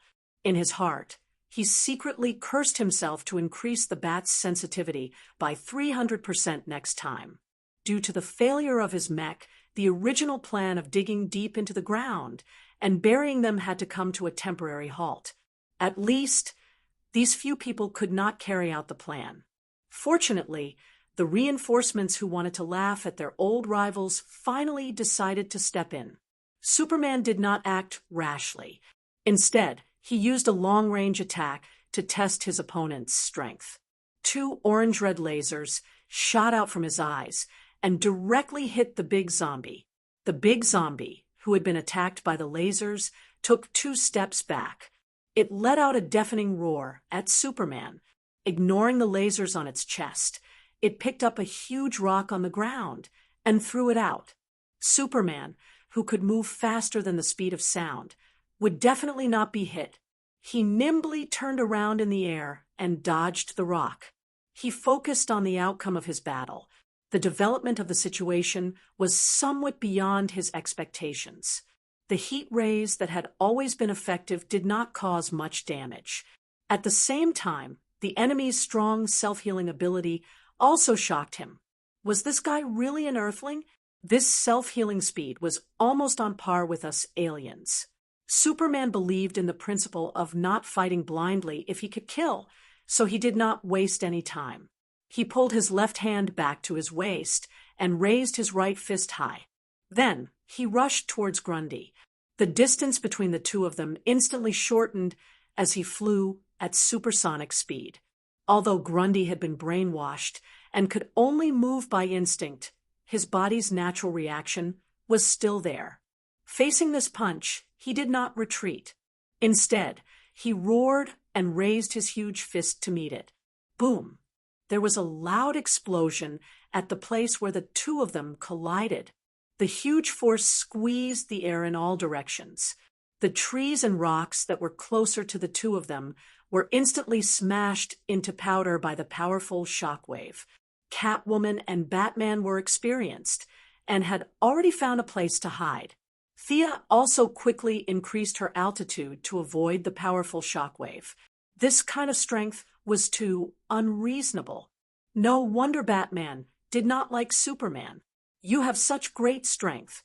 You make us, who have worked so hard to train in martial arts, feel ashamed.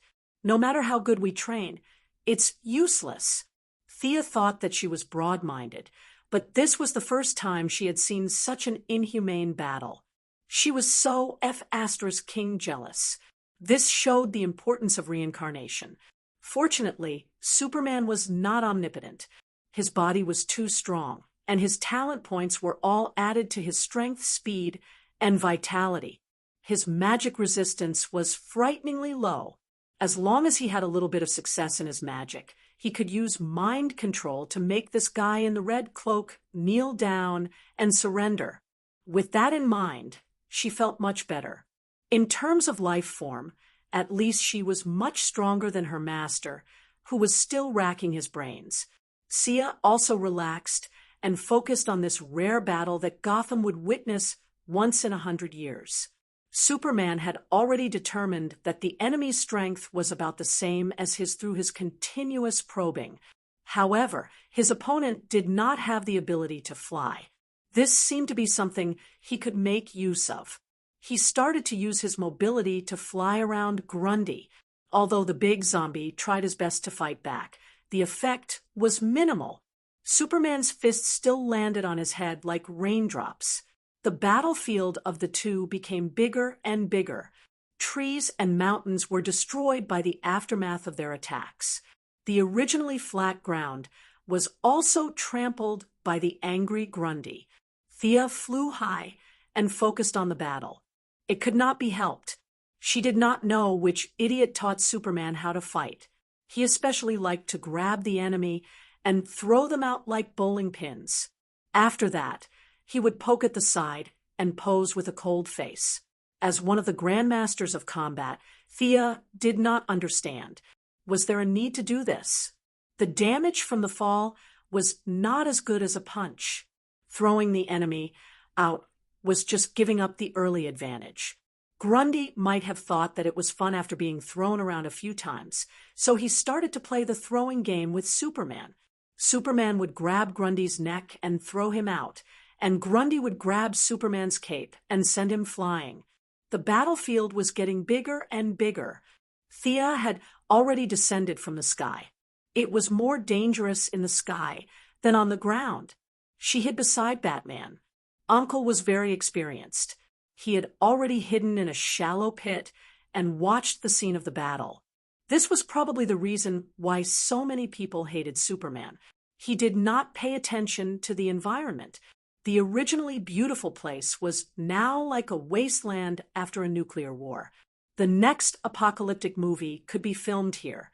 Thea only had one word left for T'Chau: brainless. The battle lasted for 10 minutes.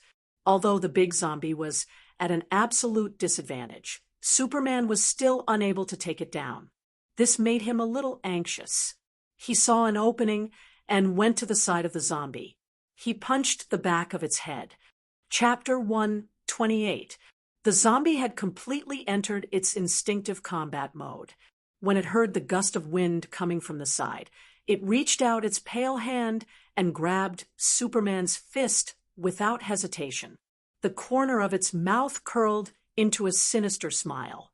Superman struggled a few times, but he could not break free. What was going on? Their strength had always been about the same. This guy's strength has suddenly increased. He shouted at the few of them. In his impression, this big guy must have been created by some ambitious human scientist. Gotham and the rest should know something about it. However, Batman and the rest had always been running around. They had never fought so openly before.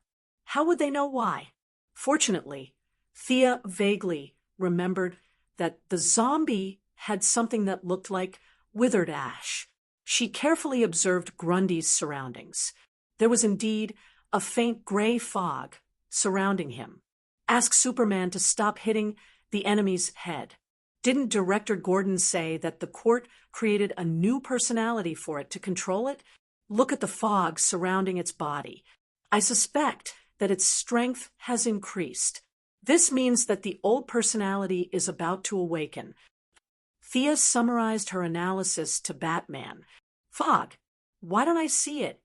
Old Master looked around for a long time, but did not see any fog. This is bad. Am I the only one who can see it? At that moment, two little people appeared in her mind. The black Thea grabbed the white Thea and slapped her. Slap, slap, slap. Who told you to talk too much? Who told you to talk too much? Thea wiped the non-existent sweat from her forehead and did not say anything. Batman looked at her with confusion. Then let's use our method to imprison it. After that, he picked up a device and whispered a few words. Superman was stunned for a moment. He then changed the angle of his attack and started hitting Grundy's legs. Oh, you two even have a special communication channel. Thea thought to herself. Their friendship was really strange. They were fighting against each other and cooperating at the same time. Batman whispered a few more words. Then he turned to Thea and said, "Bring Selina and the rest up there and freeze it." Okay. Thea did not say anything else. She pulled Catwoman and Mr. Freeze and flew towards the demolition site. Superman had given up on the zombie's head after receiving their instructions. Instead, he attacked the zombie's legs and arms. The gray fog that was about to take shape seemed to be restrained by something. It retracted back into the body intermittently. In terms of strength, Superman had the upper hand again. Superman at full power was not just for show. With punches, kicks, and heat rays, Grundy's limbs were broken like a sandbag. No matter how strong his recovery was, after such a long battle, the speed of his cell repair inevitably slowed down. Come over here. Datsao, who was radiating sunshine, waved at the people on the skateboard. Hurry up and get down. Catwoman ordered Mr. Freeze as she gestured with the remote control. Although he was very unwilling, Mr. Freeze had no choice but to jog and jump off the skateboard. Catwoman was not satisfied with his dragging speed. She even kicked him hard. When he got close to Grundy, he did not care about its roaring mouth. He aimed at the zombie's head and pulled the trigger. Visible frost quickly covered the zombie's skin. Mr. Freeze also knew that if the zombie escaped, the two flying in the sky would not be afraid. He would be the first unlucky one, since he was the closest and the slowest. Superman also had frost breath. Perhaps in consideration of the overall situation of the cooperation between the two sides, he breathed out frost breath after Mr. Freeze. Seeing that they were so lively, Sia also shot a frost arrow in the spirit of killing people. Mr. Freeze was very motivated. Without Catwoman's urging, he spat out the frost gas. Occasionally, he could hear the zombies' muffled roars. He was so scared that he did not dare to relax. He kept changing his angle and froze the entire ground. He only stopped when the air in the pressurized barrel was completely exhausted. He took a few steps back and watched the development while panting. Batman was not idle at this time. He changed the Batfighter with half of its wing broken into a Batcopter. He pulled a square metal box from Wayne Enterprises that was 10 cubic meters in size. It was made of solid tungsten and could withstand a temperature of 3,000 degrees. He covered the frozen zombie with the box. After that, he poured a stream of high-speed cement into the gap in the box. Looking at Solomon Grundy gradually being buried and disappearing, Thea felt a little pity. As a beginner sorcerer, she felt a very strong power from the zombie. This power was not the power of the body, but something of a higher level. She could not explain it clearly. If she could study it, she believed that it would improve her ability. Unfortunately, now was not the right time. It was not good to do anything in front of Batman and Superman. Moreover, she was very weak. Even if she obtained the power from the zombie, it might cause more trouble due to her lack of control. "You are Sister Kara Danvers?" Superman flew to Thea and asked in an uncertain tone. He always felt that this girl was very strange. His X-ray could not see through her at all. All kinds of abnormalities could not be seen by others, but he could see a lot of sunlight entering Thea's body every minute and every second.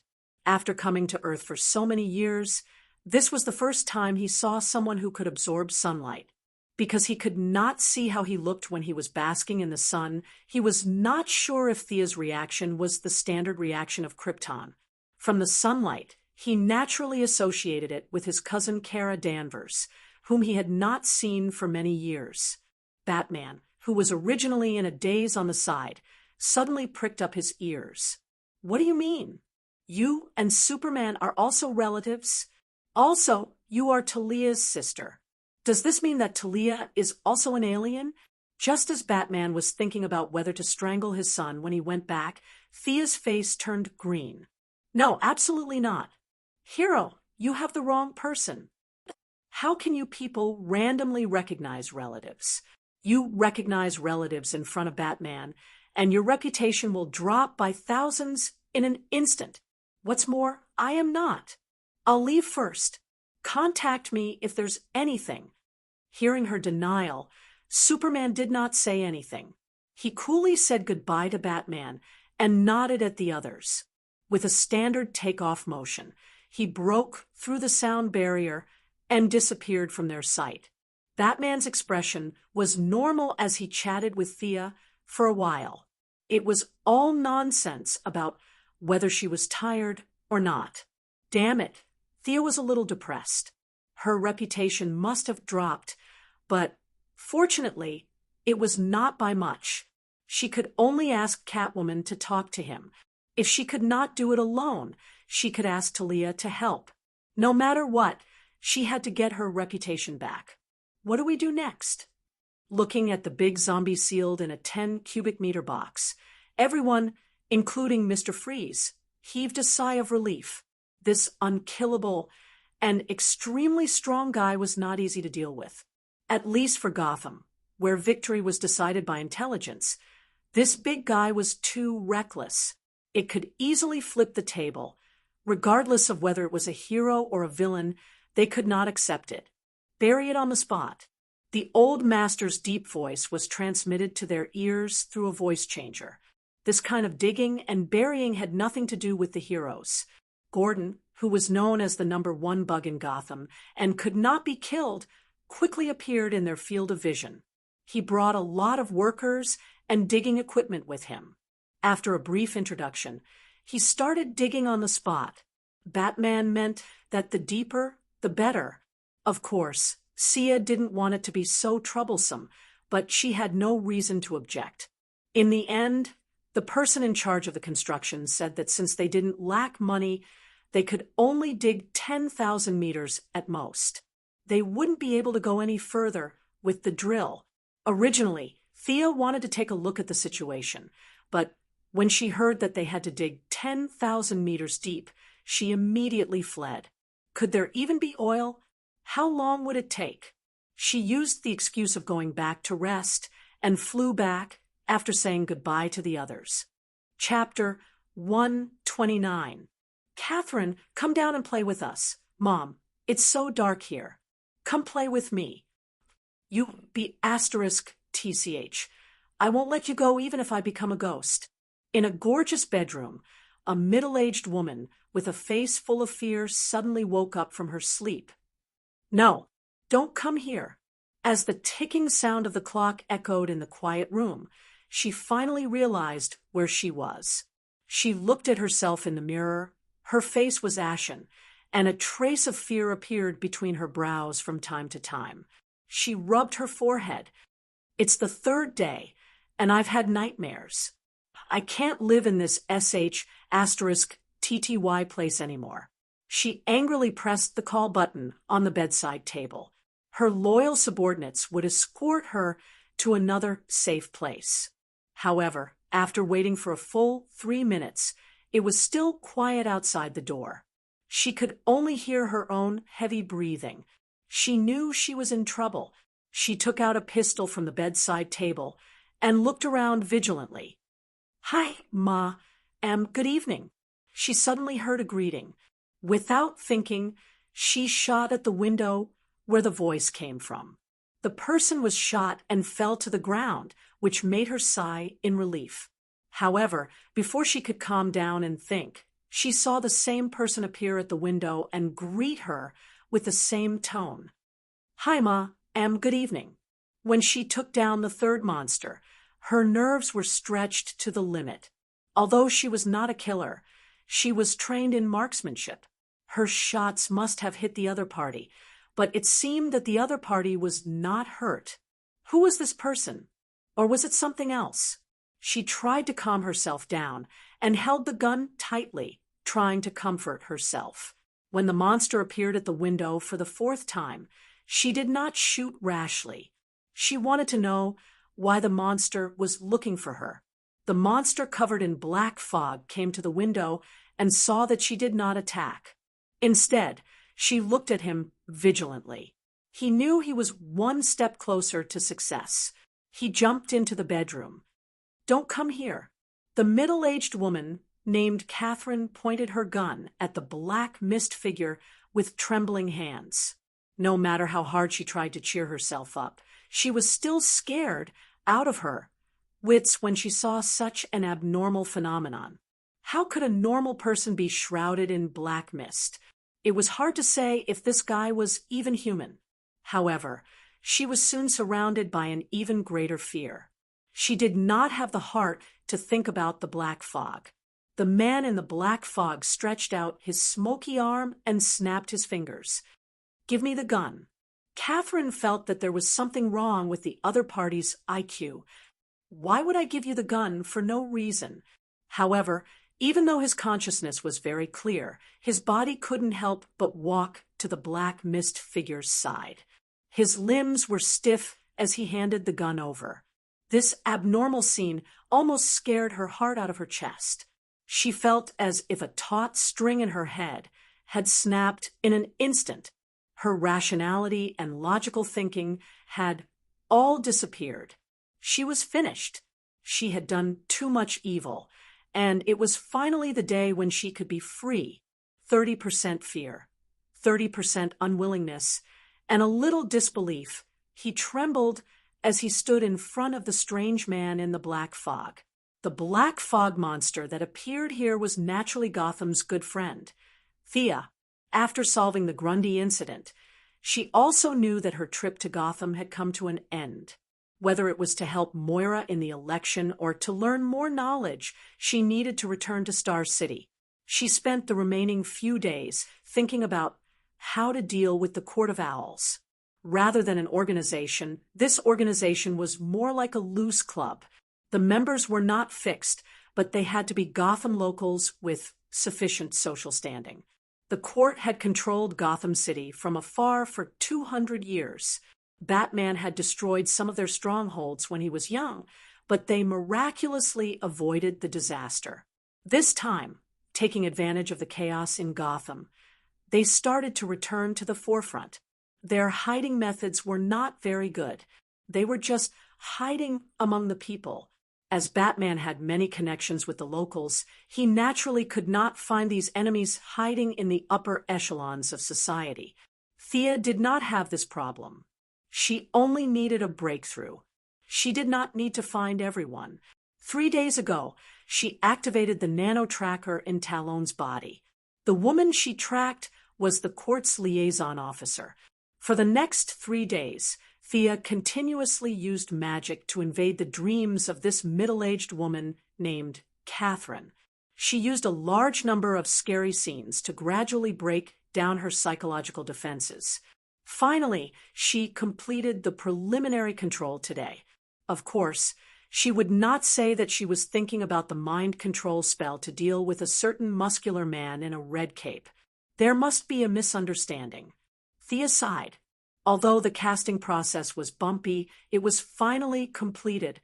If Merlin knew that his descendant took 3 nights to cast such a simple dream entry spell, he would definitely come out from the depths of the multiverse and throw a fireball at her face. This was the trouble of not having anyone to teach her. Thea knew that she was terrible, but this was her limit. She had to memorize the contents of the hidden map, the engraving method on the dagger, and various unreliable theories on the internet. She finally managed to cast the spell.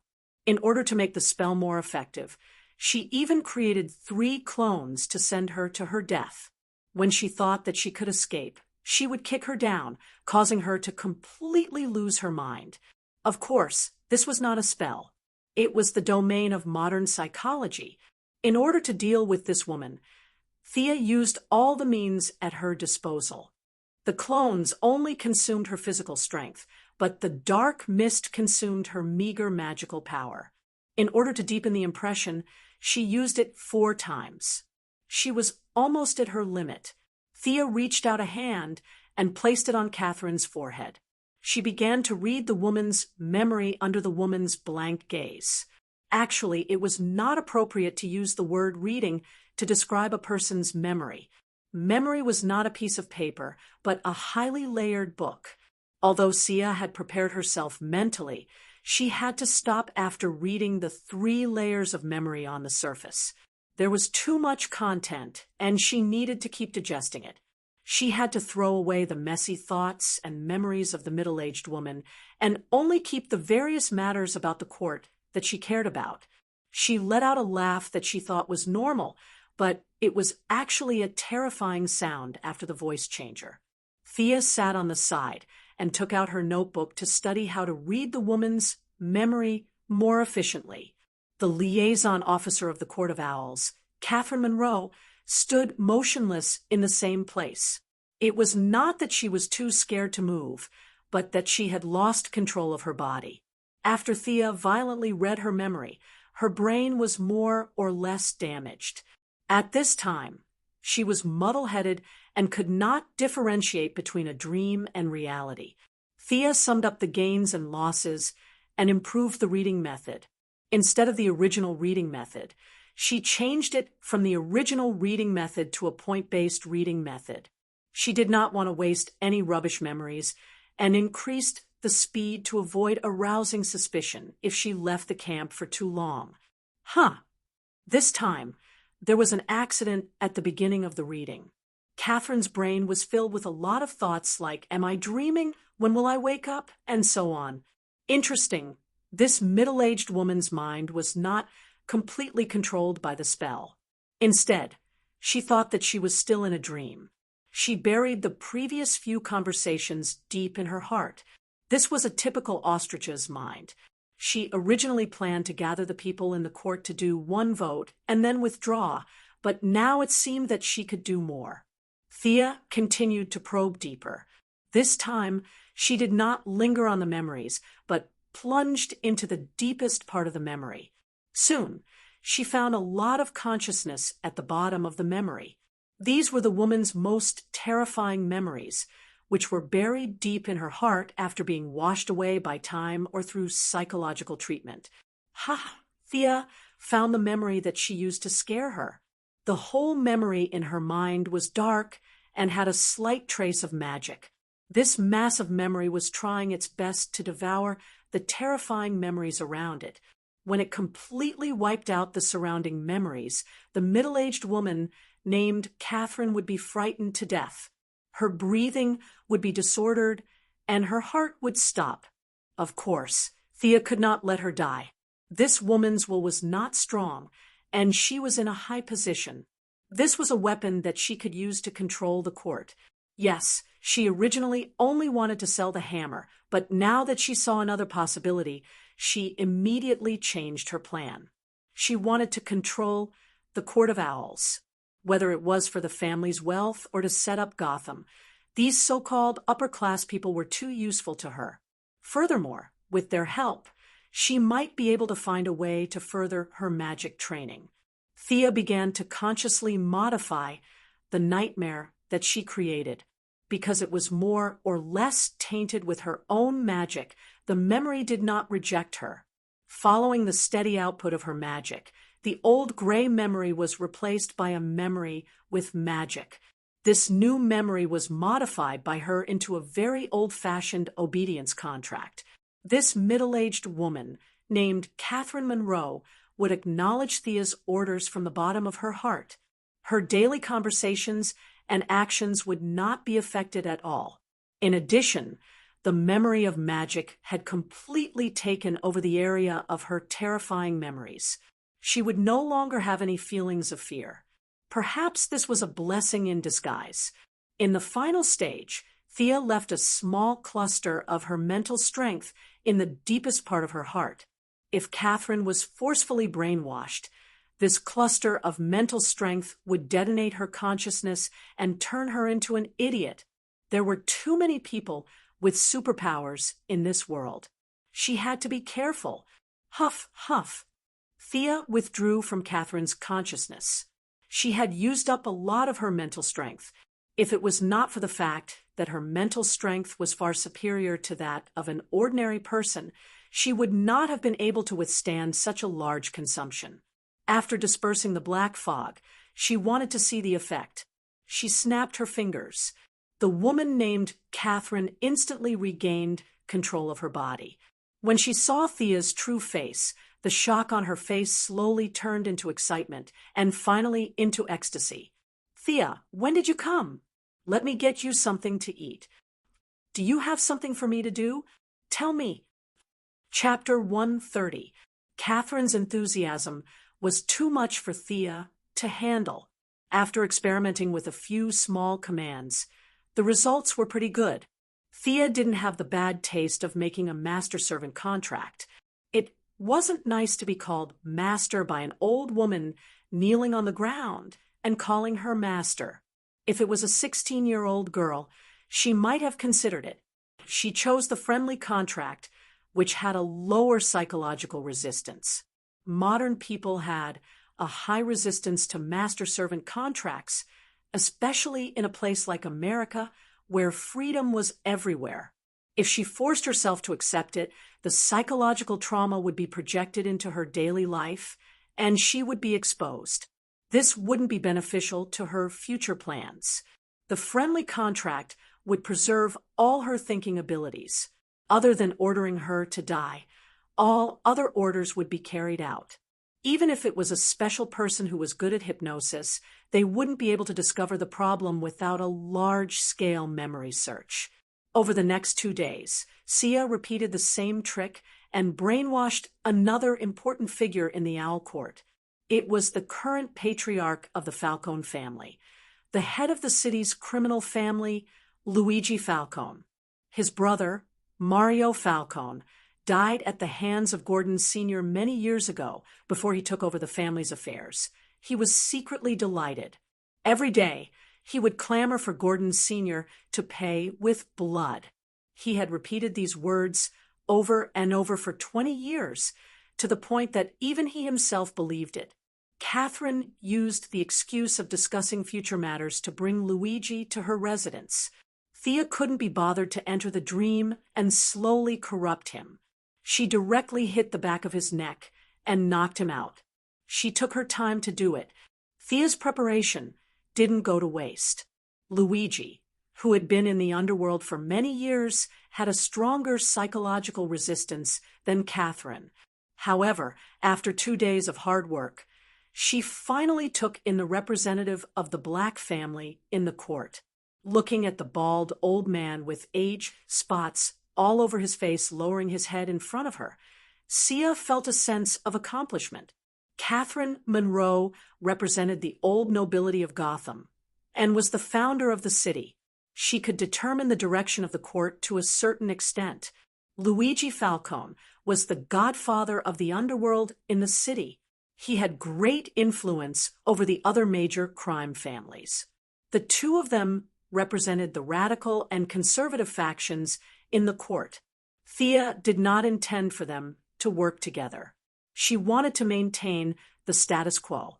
As long as they could continue to transfuse blood to her, they would have accomplished their mission. Both of them reported directly to Thea.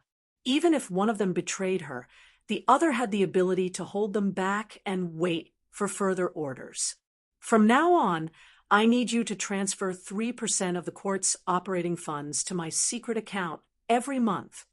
She looked at her two subordinates who didn't like each other and continued. Also, instruct the families in the court to collect all books related to the mystical realm, the older the better. I want the original. The monthly percentage did not seem large, but it was actually an astronomical figure. This was the contribution of dozens of families. It was too important for the cash-strapped Thea. It was the same for books. Asking Thea to collect them would cost her her life. Many of these families had been passed down for hundreds of years. There might be notes and books from their predecessors that had been passed down to the present day. Rather than letting them gather dust in their hands, it was better to let her use them. Finally, she asked for various human experiment data and reports on the resurrection of the dead. Amazing! Thea flipped through the reports. She was impressed by the results of the court's research. They had started the research on the resurrection of the dead 50 years ago. Needless to say, their initial goal was the instigation of these old nobles who were afraid of death. But it was only 20 years ago that they began to show results. They used a few animal cells with strong self-healing abilities to create a brand new substance. Then, they used the principle of nuclear radiation to implant it into the DNA sequence of the dead. Then, they used electric shock, fire, and freezing to activate the self-healing ability of the cells and resurrected the dead. But this seemingly good experiment result was not optimistic in actual clinical practice. Several court leaders who had reached the end of their lifespans had accepted this experiment, but without exception, they all failed. Through constant comparison, the conclusion was that natural deaths were ineffective and only unnatural deaths had a certain effect. 10% success rate. Thea looked at the final conclusion and laughed a little. How much money had been spent in the past 50 years? A sea of resources had been thrown into the water in exchange for a 10% success rate. Throwing this unreliable document aside, Thea picked up a small bottle and looked at 3 drops of almost transparent grayish-white liquid, the blood of Solomon Grundy's heart. These drops of blood were a pleasant surprise for Thea. She did not expect that the court was also thinking about the big zombie. They found the big zombie that floated out of the water. On the one hand, they simulated control, and on the other hand, they spent 15 days without rest to extract these 3 drops of almost transparent blood from the big zombie's heart. For ordinary people, this blood was very strange and beyond common sense. But for Thea, who walked the path of the supernatural, it could only be described as shocking. The power in these drops of blood was too strong. Just by sensing it a little, Thea almost got hurt. Gray decayed and had a strong corrosive power. This was definitely not the power of justice. Sia was a little relieved that she could not absorb this thing. Her instincts told her that if she absorbed it, she would turn into a zombie at the very least, or die at the very least. This was not a power that a living person should have. But not absorbing it did not mean that she had to return it to the court. This thing was still useful to her. Living people could not use it, but dead objects could still be used. Thea looked at the sword of Azrael in her hand. This sharp sword was brought into the trial, which meant that it was extraordinary. With the analysis of the dagger, Thea had determined that this sword was originally forged as a magical weapon, but for some reason, this crucial step was not completed. The runes were not carved, and the magic circuit was not written.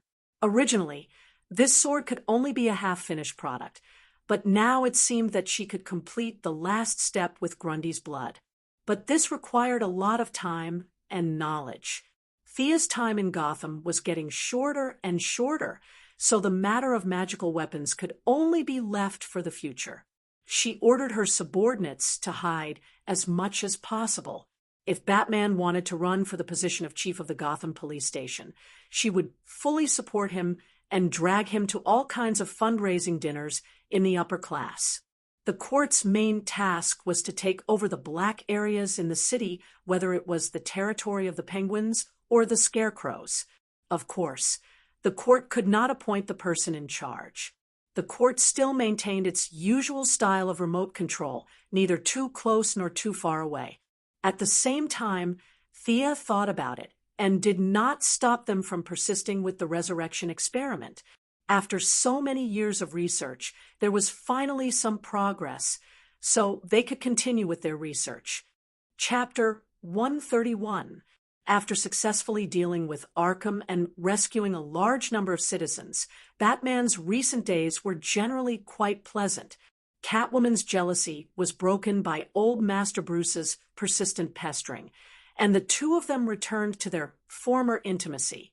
As Gotham's security improved, the training of the two disciples was gradually scheduled.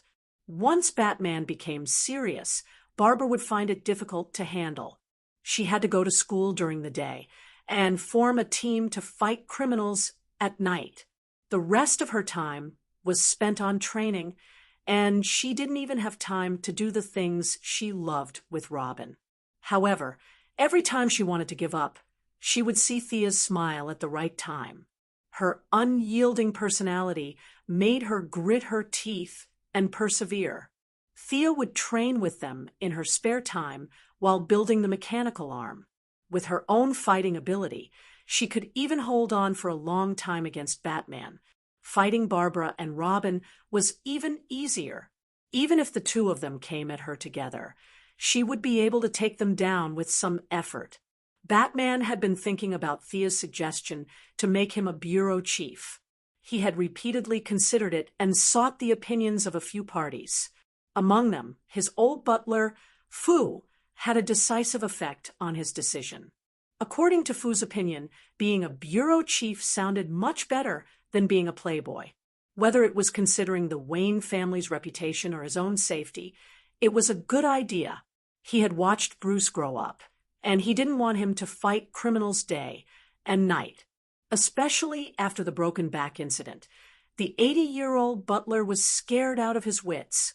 Even though he had never met Thea, he had a good impression of Thea and would often persuade Bruce to become a bureau chief.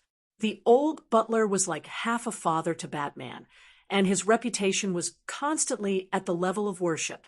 Listening to his repeated persuasion, he couldn't help but be moved. Old Commissioner Gordon also supported this idea. He was nearing his 60s, and the Gotham Police Department situation was not good, but it was not too bad either. If Bruce could take over his position, he would be able to rest in peace even if he died immediately. With the two most important elders in his life supporting this plan, he really could not think of a reason to reject it.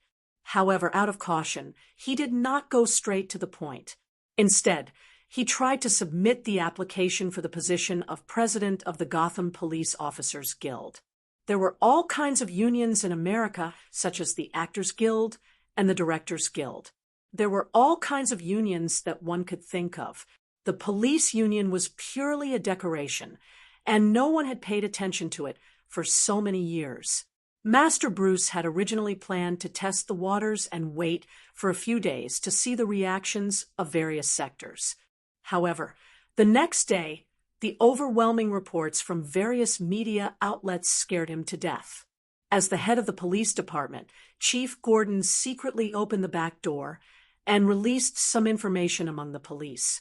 Then, Thea remotely controlled the members of the Owl Court and used her connections to help him.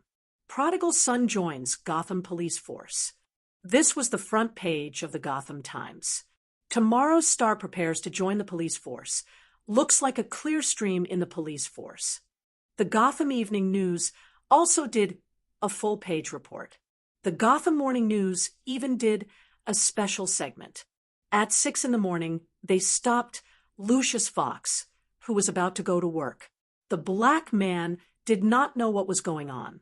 He was confused by all the questions and could only choose to praise Bruce. In an instant, Bruce Wayne's image changed from a playboy to Gotham's savior. After these reports were broadcasted, the old man was stunned. Do I have such a high reputation? Could it be an enemy's trick? However, when he saw Lucius talking on the screen, it did not seem like it. He then asked for Catwoman's opinion. Why not? Catwoman also had some expectations for him to become the bureau chief. Those damn cops had caught her for 20 years. Now that she had become the bureau chief's wife, wouldn't they be pissed to death? Even Robin and Barbara agreed.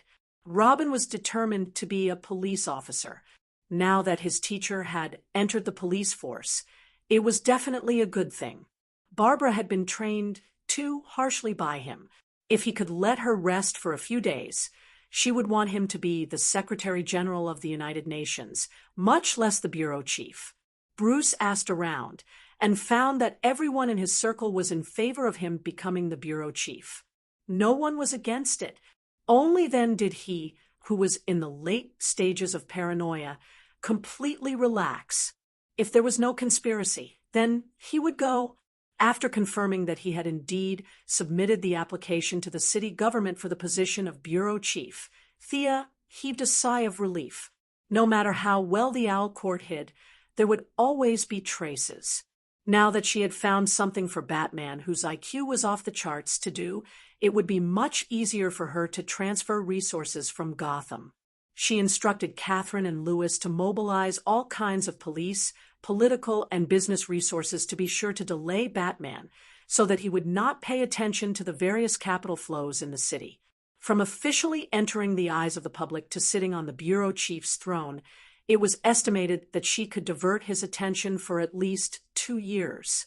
During this period, Thea could get a steady stream of materials from Gotham and Wayne Enterprises. Yes, dozens of families in the Owl Court actually controlled Wayne Enterprises. If you add in the shares in Thea's hands, there would be no friends. But these controlled shares could not be seen. The Owl Court had been resisting Bruce's entry into the board of directors for more than 20 years, but both sides were still restrained. This opposition was only maintained at the normal business level. Thea was, of course, not interested in controlling Wayne Enterprises. Her goal was to become stronger. Although it could not be seen, Wayne Enterprises' various technologies and advanced equipment were at her disposal. This greatly improved her technical reserves and cleared many obstacles for the production of the Iron Man armor. Realizing that her trip to Gotham was coming to an end, Thea began to say goodbye to everyone. Outside the pavilion, by the old road, the grass was green and the sky was green. That was impossible. They were all modern people. They could talk and video call. What was there to say goodbye to? Finally, on the tarmac of Wayne Enterprises, Batman's group of 4 and Director Gordon held a special farewell party for the Star City duo. Felicity and Felicity's relationship had warmed up so quickly that Sia found it unbelievable. The two of them ran to a corner and took out their phones to do some shady business. Although I have said it many times, I still want to say thank you. It is my honor to meet you. Bruce, who had been busy for the past 2 days, came to see them off. It is also my honor to meet you. Although she did not agree with his way of doing things, Batman's shining personality was still admirable. The two shook hands, and Thea talked with director Gordon for a while.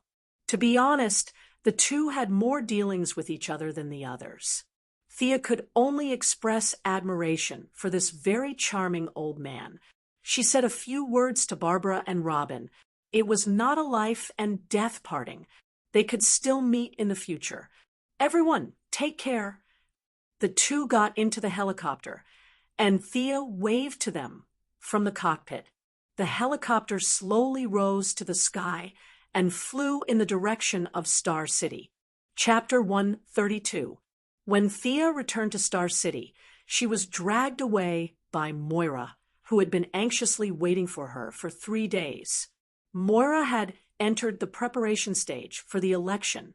In order to win the approval of the voters, she had to play the role of a low-income person. Or rather, she could not be a billionaire. She had to transfer the assets under her name and donate them to society. Only a fool would do that. The general rule of the game was to hand over the inheritance to the children. Although it was a bit like taking off one's pants to fart, almost all the candidates appeared to be poor. Each of them talked about how miserable they were in the TV debate. There were even some who moved from the rich district to the slums in order to gain the name of being close to the people. Moira's bottom line was not that low. She did not intend to give up her family's mansion to live in a low-rent house. However, the family's assets still had to be transferred. It was not impossible for a billionaire to directly participate in the election, but it would be very unusual. Her election style leaned towards the steady and practical side, and she did not need those eye-catching measures. Before Thea understood what was going on, she was surrounded by nearly 50 lawyers and signed documents for the whole morning. If it were not for the fear of shocking the world, she would have let her doppelganger out to sign the documents. There were too many documents. For the whole morning, she had written her name at least 1,000 times, and her wrist was sore.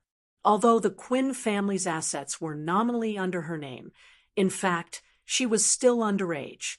The rules were different in the United States. The average age of adulthood was 18 years old. In Star City, it was less, and the age limit was 17 years old. She was still 1 year away. Before she became an adult, her guardian still controlled all her economic lifelines. Her guardian was naturally Moira, so after going around in a circle, her mother was still firmly in control of everything and was not affected at all. In any case, it was the first step in a long journey. She was just inheriting the company, and it was already so complicated. Those who inherited the throne in ancient times must be even more uneasy. She had to say that it was a wonderful move to take over the Owl Court. Whether it was funds, connections, or subordinates, she had everything. If she waited for the Quinn group to fall on her head, she did not know how long she would have to wait.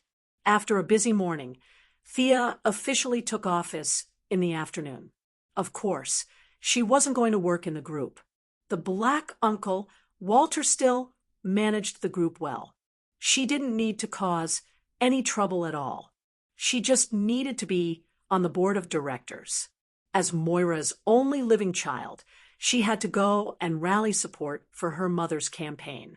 To put it bluntly, she had to act as a mascot on the spot to prove how successful Moira's mother's education was. She had to do her best to attract women's votes. At this time, Thea was wearing a light red dress. Even though she had told the stylist that she was going to a low-income community to promote and that she shouldn't wear too revealing clothes, the bearded stylist still found her a dress that exposed a large part of her back. When she walked out of the changing room, everyone, including Moira, was shocked by her white skin. Thea had eaten the green object that was suspected to be the devil's fruit during her last few days in Gotham. Perhaps it was because of the earth attribute, the effect of the transformation was quite mild. There was no major bleeding or pain.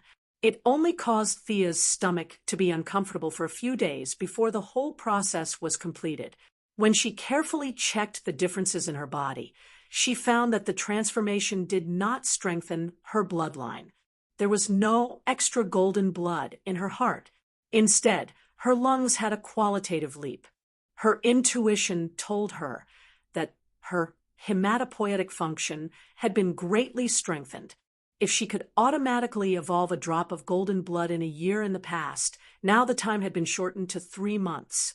At the same time, her resistance to toxins had also been strengthened. From the outside, her whole body looked more beautiful, and the lines were softer. The muscles that had gradually become visible during her training were also hidden. Her skin was so bright that even if she didn't deliberately dress up, she would still make the women around her feel sad. As a mother, Moira was not worried that her daughter would steal the limelight. She was only worried that her daughter would become more outstanding and no one would be worthy of her. Previously, Thea had sent a lot of photos to Moira in Gotham. In fact, they were all taken at Bruce's private beach. Felicity had forcibly photoshopped them into Malibu Beach. At first, Moira just casually flipped through the photos, but as she looked, she found a familiar figure, Bruce Wayne. As the biggest playboy in the United States, she had naturally seen him before. Seeing that the two obviously knew each other in the photos, Moira couldn't help but wonder if her daughter had been deceived. Was it because she had been too strict with her daughter that she had been blinded by the playboy who spent a lot of money? There were a lot of thoughts, but in the end, the only thought left was that the two of them were actually quite compatible. Bruce was a little older, but he was rich. As long as they got a marriage certificate, they could get a divorce. To be honest, in the whole of Europe and America, there were not many people who could match Thea in terms of social status. Those who were rich were older, and those who were not worthy of her. Moira was worried sick for her daughter. She secretly ordered her subordinates to investigate all the habits of Master Bruce in Gotham. However, Master's concealment skills were maxed out. Even with so many villains, they still could not find him, let alone Moira's subordinates. In addition, Gotham was in a state of chaos. In the end, they did not find anything. Moira could only keep this matter in mind and wait for the right time to talk to her daughter. Thea did not know that her photos had been exposed. She was standing behind Moira with a smile on her face, watching her mother shake hands with the housewives who came after hearing the news. Her mind had already fallen to the necklace she was wearing. This sky blue necklace was given to him by Malcolm. After returning from Star City, he unintentionally discovered that the inscriptions on the inside of the necklace were very interesting. Just like the Dark Mist dagger, this necklace was a magical equipment. There were only 4 inscriptions on the dagger, and they were very basic. However, there were 15 inscriptions on the necklace. The interpretation and recognition of various runes made the necklace nearly 10 times more difficult to decipher than the dagger. It was obvious that this necklace was passed down from Old Ma's ancestors. It was only in modern times that no one had awakened the bloodline, so it was reduced to the level of an ordinary accessory. Thea, who hated her lack of means to control the enemy, was overjoyed. However, after seeing 2 words, she was a little dumbfounded. Even though Thea had been learning this magical language recently, she had always lacked a basic reading book. There were many words that she had to guess. If she guessed correctly, it would be fine. If she guessed wrong, it would be a pure waste of time. The whole deciphering process was as slow as a snail. After taking a few deep breaths, she knew that she was a little impatient. She slowly adjusted her state of mind. Moira was talking about the rights of women and children on the stage. The audience applauded from time to time. It was too noisy here. Thea pretended to clap her hands a few times. She planned to go back and study it. For now, it was better to be a mascot.